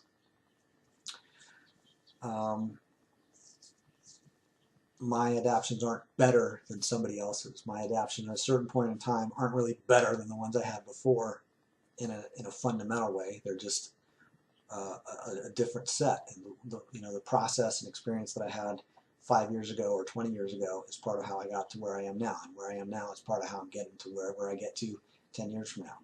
It's just, no specific part of the sequence is super important. I don't have to have a persona organized around this one important, really, big thing. The core of my socially displayed identity.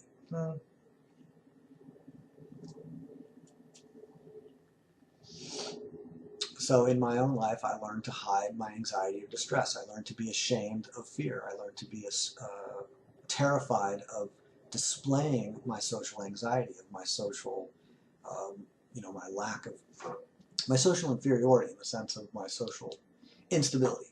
So my social dependence, I didn't want to admit it. I wanted to confuse or distract others from it.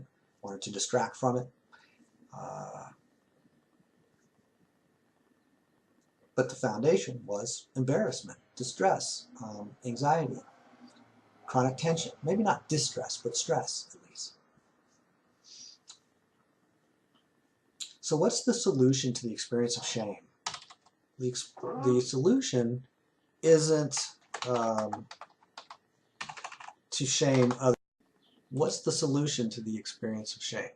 The solution isn't to shame others, which does nothing to reduce one's own shame. It does distract from one's own shame. It is a pursuit of a glorious thing to reform others, right? I'm going to reform others instead of being responsible for myself. I'm going to have this big campaign to reform others, a particular other or others in general, And that's going to attract social validation, and I don't have to deal with my own shame because I'm not getting constantly reassured and validated and distracted by others. And we gather together into our group of holy, tough rebels or holy saviors or whatever, and we're going to solve, you know, shame other people into spiritual, you know, maturity. But spiritual maturity may not be a result of being shamed. And shaming others may not be a great way to relieve my own shame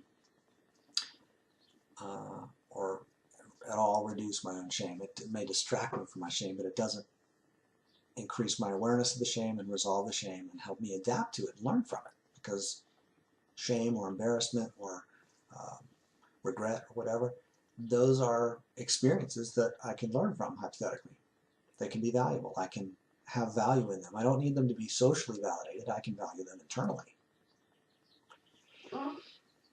So the solution to the experience of shame is not to shame others. It is also not simply to be ashamed. Like, to be ashamed, like, you know, some people can take glory in being ashamed and maintaining the experience and the narrative of shame. That's not a resolution of shame. That's just shame. Wallowing in shame can perpetuate it. I'm not criticizing that. I'm just saying wallowing in shame maintains it.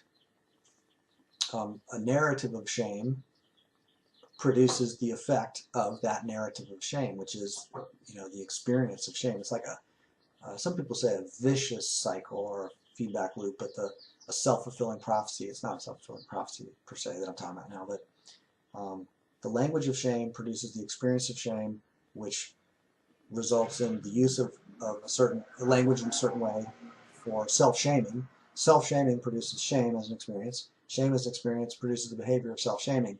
So that's the kind of cycle I'm talking about.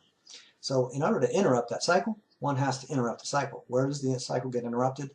In the behavior of language. It's not at the experience. The experience is the right experience to have. If I do self-shaming, I should experience and feel shame. The issue is, do I do self-shaming in language? How do I do it? Do I study the subject of self-shaming in myself and in others?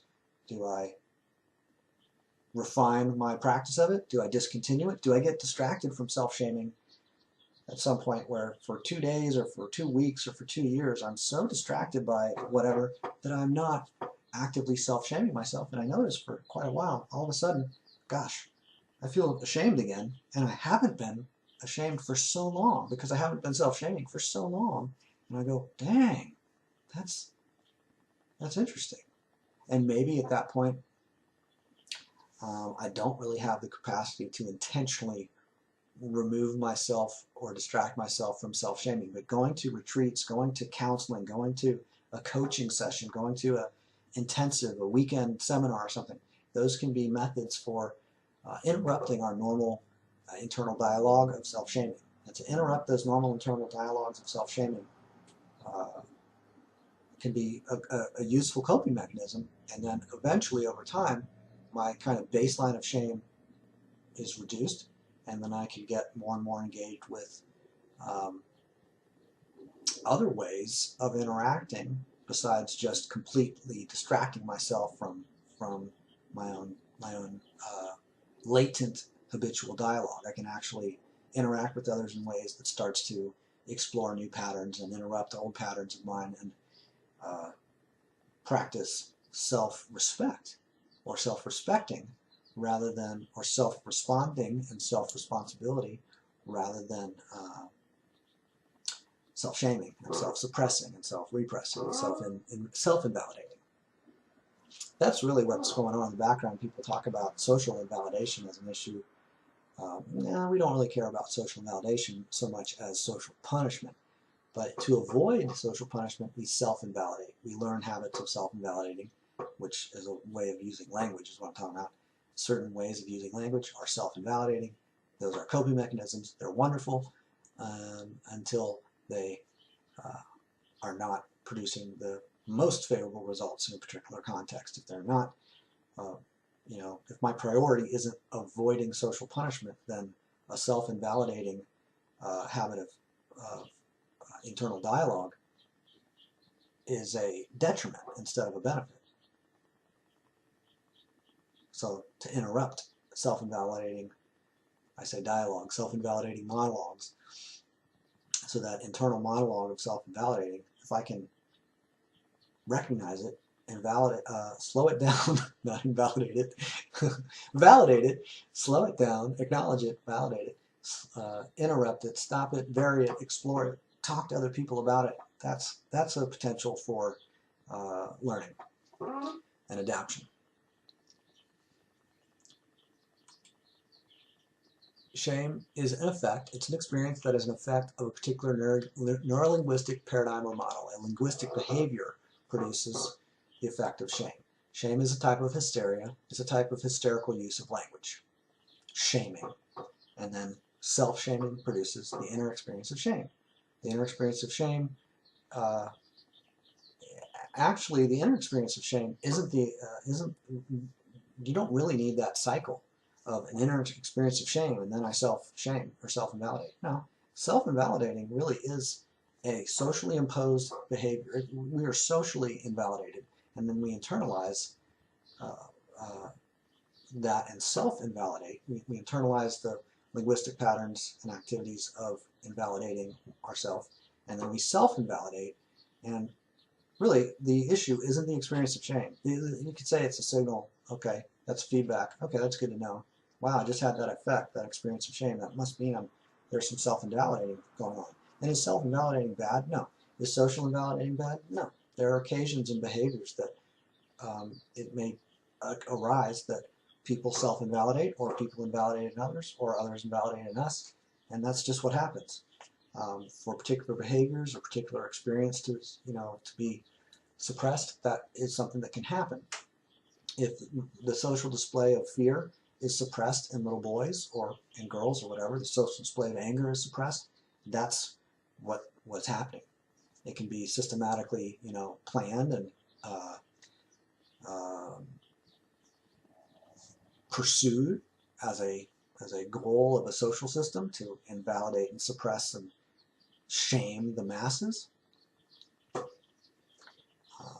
That can be what happens. So how can we resolve shame? We can resolve shame by noticing what it is and then relaxing our habits of creating shame through our patterns of speaking. And I don't just literally mean speaking out loud or speaking to other people or interacting with others. Even my internal monologue of self-shaming or self-invalidating can be a habit, can be an unconscious coping mechanism that I'm relying on consistently. I've learned it, and that's the one I use over and over and over. Self-invalidate, self-invalidate, self-shame, self-shame. How do we resolve that habit? By noticing the habit and interrupting it, or simply finding another method that's even more effective. If I find another method that's even more effective, like the conscious use of language to self-validate and whatever variations, that is even more effective than self-shaming, then I don't need to actually stop self-shaming or invalidate self-shaming. I don't need to interrupt self-shaming. I don't need to interrupt it. I can keep it and say, I want to have that occasionally as a tool, but that tool isn't the only tool of value to me. I want to have some other tools, and those other tools may be the ones that are of most value to me. So the tool or the skill of self-shaming is one that I don't have to completely eliminate it, right? I don't have to obsess over eliminating it. I don't have to hysterically relate to, I must end shame. I must end behaviors of self-shaming. Must I? That sounds kind of anxious and hysterical to say that I must. Is that part of the whole context and model and paradigm of self-shaming, to say I must blah, blah, blah?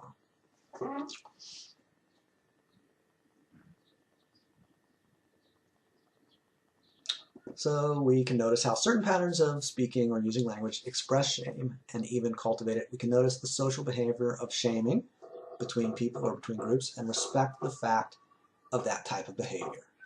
There are social threats presented through language. There are instances of shaming. We can notice the hysterical pretenses of people who are ashamed and pretend to be humble or confident or socially powerful, but hysterically pretend otherwise.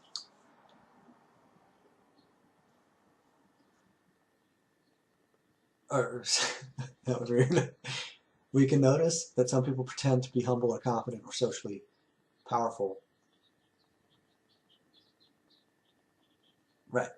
We can notice that some people are not relaxed or confident. They may be very insecure, but they hysterically pretend to be confident or to be calm or relaxed or whatever. So those people may be labeled as arrogant or easily insulted or easily threatened by ideas, by statements, by sequences of words or single words. A person who doubts, for instance, a person who doubts the scientific merit of their own doctrine will be hysterical in response to skepticism. When? They'll only be skeptical in response to skepticism, skepticism about their particular doctrine, if they doubt the scientific merit of it and they're ashamed of the possibility that their doctrines lack scientific merit. If they know that they're presuming that their doctrine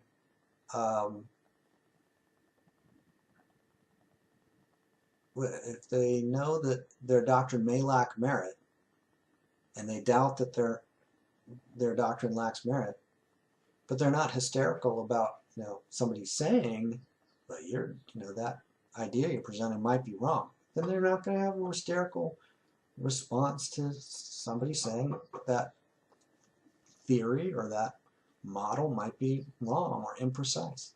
Hysteria is really noticeable. Hysteria is a label for a category of behaviors and a kind of experience that is the result of shame.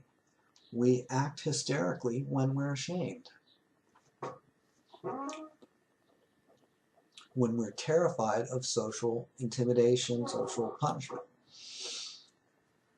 So someone who's confident in a particular scientific theory and they're confident in the scientific merit of that theory, they don't have a hysterical contempt for people who are less enthusiastic about that idea. They don't label others as insufficiently enthusiastic because there's no baseline of external enthusiasm that they need to reassure them that they're not going to be challenged. They're not afraid of challenge, of having their ideas challenged. They're not beginning with the hysterical shame as their foundation, so they do not practice the behavior of hysterically shaming those who they perceive as threatening to their pretense. Right? So they're pretending to have a monopoly on scientific merit or something. They're pretending to be confident and calm, and so they're not going to be upset and insulted and then attack others who they perceive as threats. If they're not pretending, then there's no threat to the pretense. If there's no pretense, then the pretense can't be threatened. A humble person, you could say an honest person, isn't threatened by a challenging of their ideas. They may, there's a variety of responses that may be unfavorable. They may say, I don't want to address that right now. That's not important to me, or this isn't the time or the place, or the manners and it's not respectful how that challenge. If you want to challenge it, we can discuss that later, and we can discuss it through a particular process. But if there's no pretense, then there can't be a sense of threat about the pretense being revealed or exposed. Challenges against a particular idea are most upsetting when I actually already doubt the idea, right? When I don't have confidence in it, when I don't think it's easy to evidence, and I don't think that other people can be, convinced, but I really, really want the reassurance and validation of their agreement with me. When I'm really concerned about other people's agreement with me, that must mean, or that, if I'm concerned with the agreement of other people in general, that must mean I'm not confident in a particular idea. I'm not satisfied in my own experience of just, oh, I recognize that idea is valid. No, if I need validation from others, if that's my sense, then the idea isn't really one that's resonant and firm in me. I'm not solid in that idea. If I'm solid in an idea, I do not need it externally validated by lots and lots of people in general. I may want to share it with particular other people. I may be interested in the agreement and the partnership of other people, specific people in particular, or groups of people, whatever. But my interest in other people's agreement and partnership is distinct from an obsession about other people's agreement. I don't. If I go out and talk to 10 people and 8 of them agree with me and 2 of them don't, somebody who's obsessed about consensus and social validation will focus on the 2 that did not agree with them. Those will bother them. The person who's just out there to promote partnership and to present it's like a sales pitch or something, a sales proposal, a bid, a free estimate, whatever. They go out, they present their pitch, and 8 out of 10 respond favorably and sign a contract or whatever. They focus on 8 signed contracts. They do not focus on the fact that there were 2 others that didn't sign. It's just, those are completely forgotten. They don't defend, why those people didn't sign or blah, blah, blah. No, 8 signed. Cool. How do we get other people to sign in the future? How do we get more leads? How do we get better at getting qualified leads and closing them? It's just focused on effectiveness.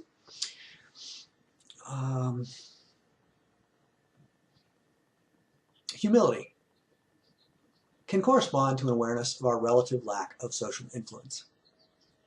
Society can exert a massive amount of influence on us as individuals, and even for those of us who are socially powerful, that our amount of social power, our influence on other people in society may be of no significance practically relative to something like the sun or a lightning bolt or a tornado. Social influence is just social influence.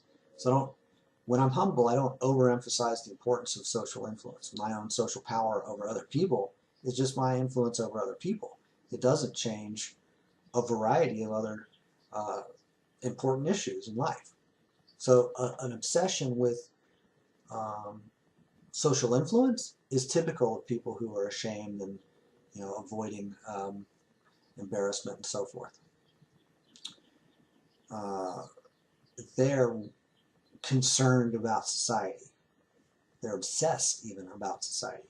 They're not necessarily seeing society within this, larger independent network of influences. Human influence is one type of influence, but the sun is pretty important. And termites, if you own a home and you have a termite infestation, yeah, the other humans can help you with the termite infestation, but you don't ignore the termites. Sunlight, the temperature, the sun, freezing temperatures, high heat, eating, wind blowing, all of these non-human influences, they're important kinds of influences in many cases. They're not social influence. They're non-social influence. But a humble person is humble relative to the natural, universe, to nature, and also humble relative to society. In fact, they see society and all the different societies as just manifestations of nature. A humble person is themselves a branch of nature. Society as a whole, or all the groups of societies, they are branches of nature. Humans are natural.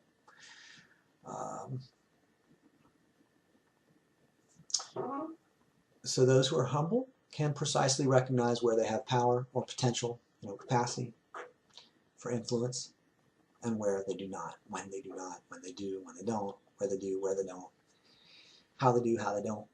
They are not hysterically pretending to be more or less powerful than they are. They are not hysterically pretending. They are not ashamed and then coping with their shame by pretending hysterically.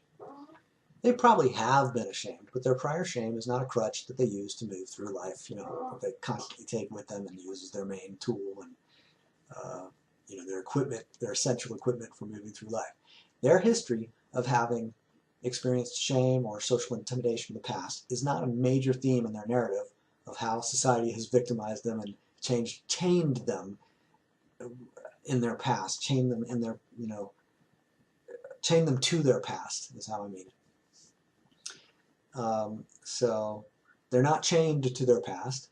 They're not chained to that particular instance in their past when society victimized them. They're not limited to a particular narrative. They can be creative. They can make up new narratives. They can use old narratives, refine old narratives, discard narratives, whatever. They're alert. They're not presumptive in a dysfunctional way. They may be presumptive in a functional way. What does that mean? They presume lots of things, but can easily admit what is a presumption and what's not. Things that they are relating to as an observation, not just a presumption. So they presume a lot of things. Of course, that's how life works. We presume that people are going to, when we're driving down the street, we presume that people in that other oncoming traffic lane are going to stay there. But we don't presume that contrary to our own observations. Once we see somebody come across the line, we don't presume that they will go back. We start to get interested in evasive action, honking our horn, whatever we can do to adjust to the possibility that they won't be correcting their own driving and they may be coming, across or staying across that center line. So we presume lots of things, but we can easily admit what is a presumption, and we can easily admit when a presumption has been invalidated by observation. We, as humble people, are open to learning. We are open in general. We are humble like a child, but we're not naive like a child. We've had experience of shame and attention, and we respect the power of society in a way that the infant hasn't ever, recognized yet. They're not capable of recognizing it. So we're mature in a way that the infant is not. We're also mature in a way that, or we're attentive in a way that many people may not be currently. We, as humble folks, are capable of entering the kingdom of heaven. Now, what does the kingdom of heaven mean?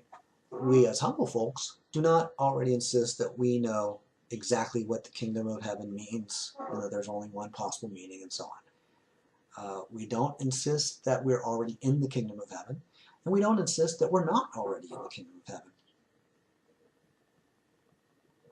We're humble. We don't have a position in language or in identity or in persona that we cling to with great tension because we're relaxed. We're open. We're humble. Humble people are humble. And humble people are relaxed. They're innocent or pure, as in free of distress about guilt. What is guilt? Guilt is an anxiety about the possibility of future social threats, through future social punishments.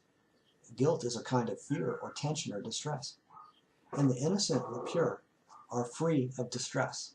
That doesn't mean they're numb to the possibility of potential social punishments.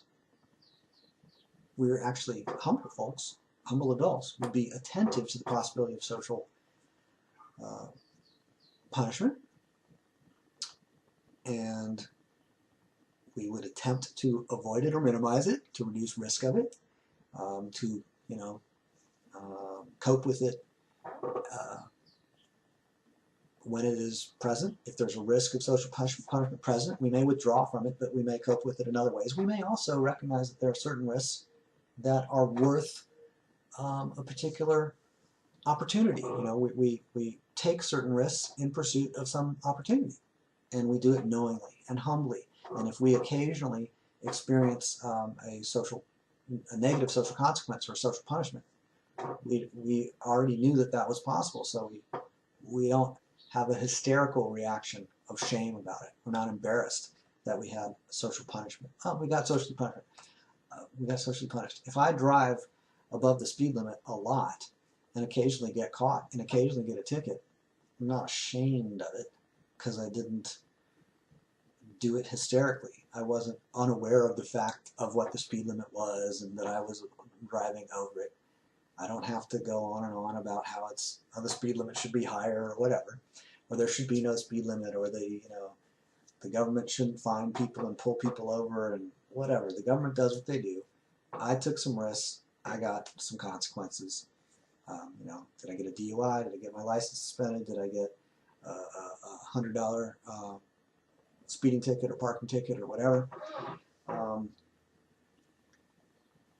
There's a mode of responsibility as distinct from a mode of shame and blame and competition for social validation. So that was called, what was it called? Humility, the gate to power. So personal responsibility and awareness of my own desires, interests, priorities, whatever, my own experience, my own capacity, an openness to learning, an openness to changing my methods, refining my methods. That's an openness to effectiveness or power. Cool. Now, humility is not only the gate to power, but also the doorway or the gateway or the stairway to the kingdom of heaven.